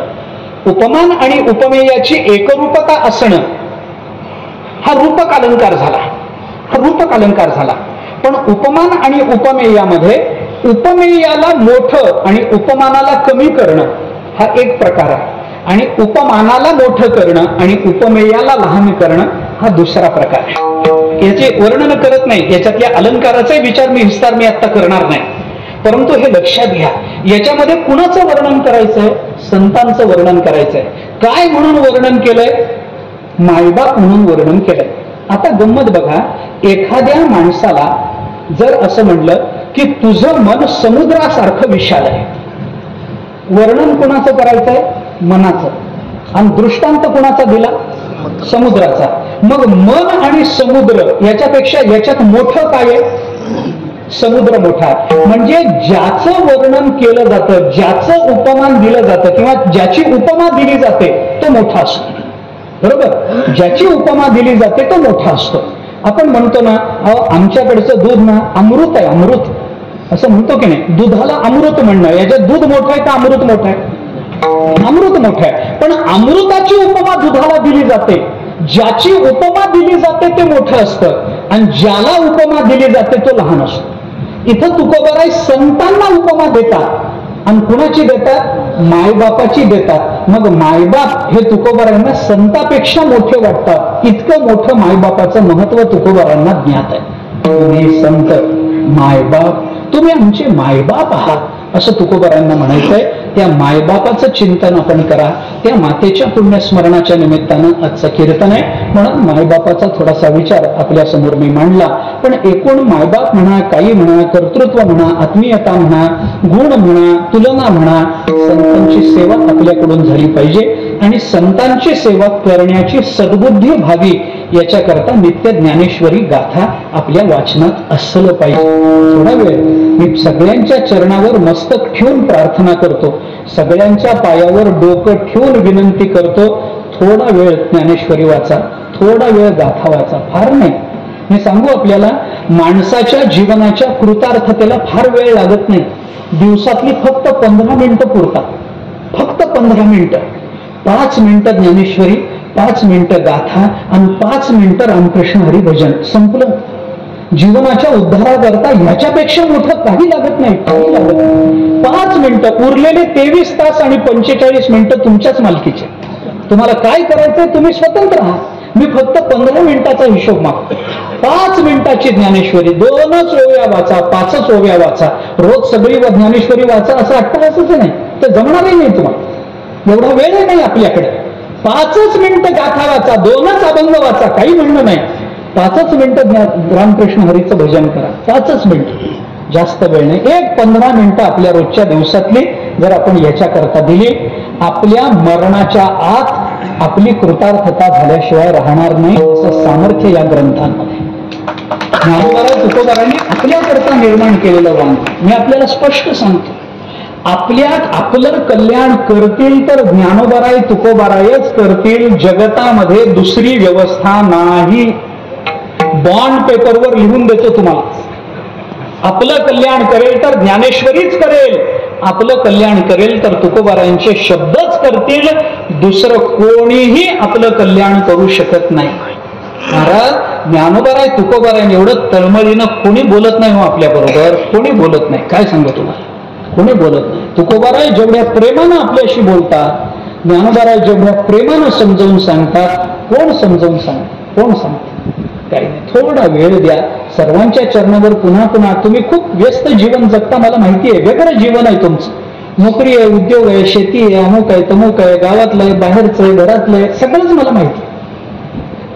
वेळ खूप कमी आहे तुमच्याकडे देण्याकरता, मला माहिती आहे. पण मी जास्त वेळ मागितलाही नाही, 15च मिनिटं. तुम्हाला सकाळी नाही वाचता आली ज्ञानेश्वरी, हरकत नाही, दुपारी वाचा. दुपारी नाही जमलं संध्याकाळी वाचा, संध्याकाळी नाही जमलं रात्री वाचा. अंथरुणावर बसून वाचा, झोपून वाचा, पाय वर करून वाचा, हात वर करून वाचा, उलट होऊन वाचा, पालथ होऊन वाचा. पण तुमच्या पाया पडतो मी, ज्ञानेश्वरी वाचा बरं, गाथा वाचा. ह्याच्याशिवाय काही आमचं जीवन धन्य होऊ शकत नाही, काहीच नाही, कोणत्याच अर्थानं नाही. हे लक्षात घ्या, जसं जमेल तसं. पण ज्ञानेश्वरी गाथ्याकडे नियमानं आपण प्रवृत्त झालं पाहिजे. थोडा वेळ का होईना. आम्हाला बऱ्याच लोकांचं हेच म्हणणं आहे, आम्हाला कळत नाही. कळत नाही म्हणूनच वाचायची, कळल्यावर कोण वाचतं? आम्हाला कळत नाही म्हणूनच वाचा. आणि तुम्हाला कळत नाही, आम्हाला कळली काय? कुणाला कळली? ज्ञानेश्वरी ज्ञानोबाला सोडले तर कुणाला कळली? कुणालाच कळत नाही ज्ञानेश्वरी. आयुष्य घालावं लागतं तरी ज्ञानोबारायांचं अक्षर आपल्याला कळत नाही, असं सामर्थ्य आहे त्यांचं.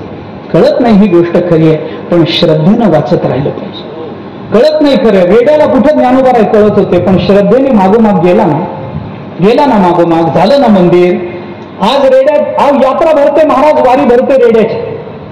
आळ्याला जाऊन बघा, रेड्याची वारी भरते. वारी आपण कीर्तन करतो महाराज, हो वारीमध्ये कीर्तन करतो. मंदिरासमोर तिथं रेडा म्हणता येत नाही महाराज, त्याला रेडे महाराज म्हणावं लागतं. काय महाराज आपल्याला माहितीये, रेडे महाराज म्हणावं लागतं. बरेच महाराज रेडे झाले, पण रेडा झालेला महाराज तेवढा एकच.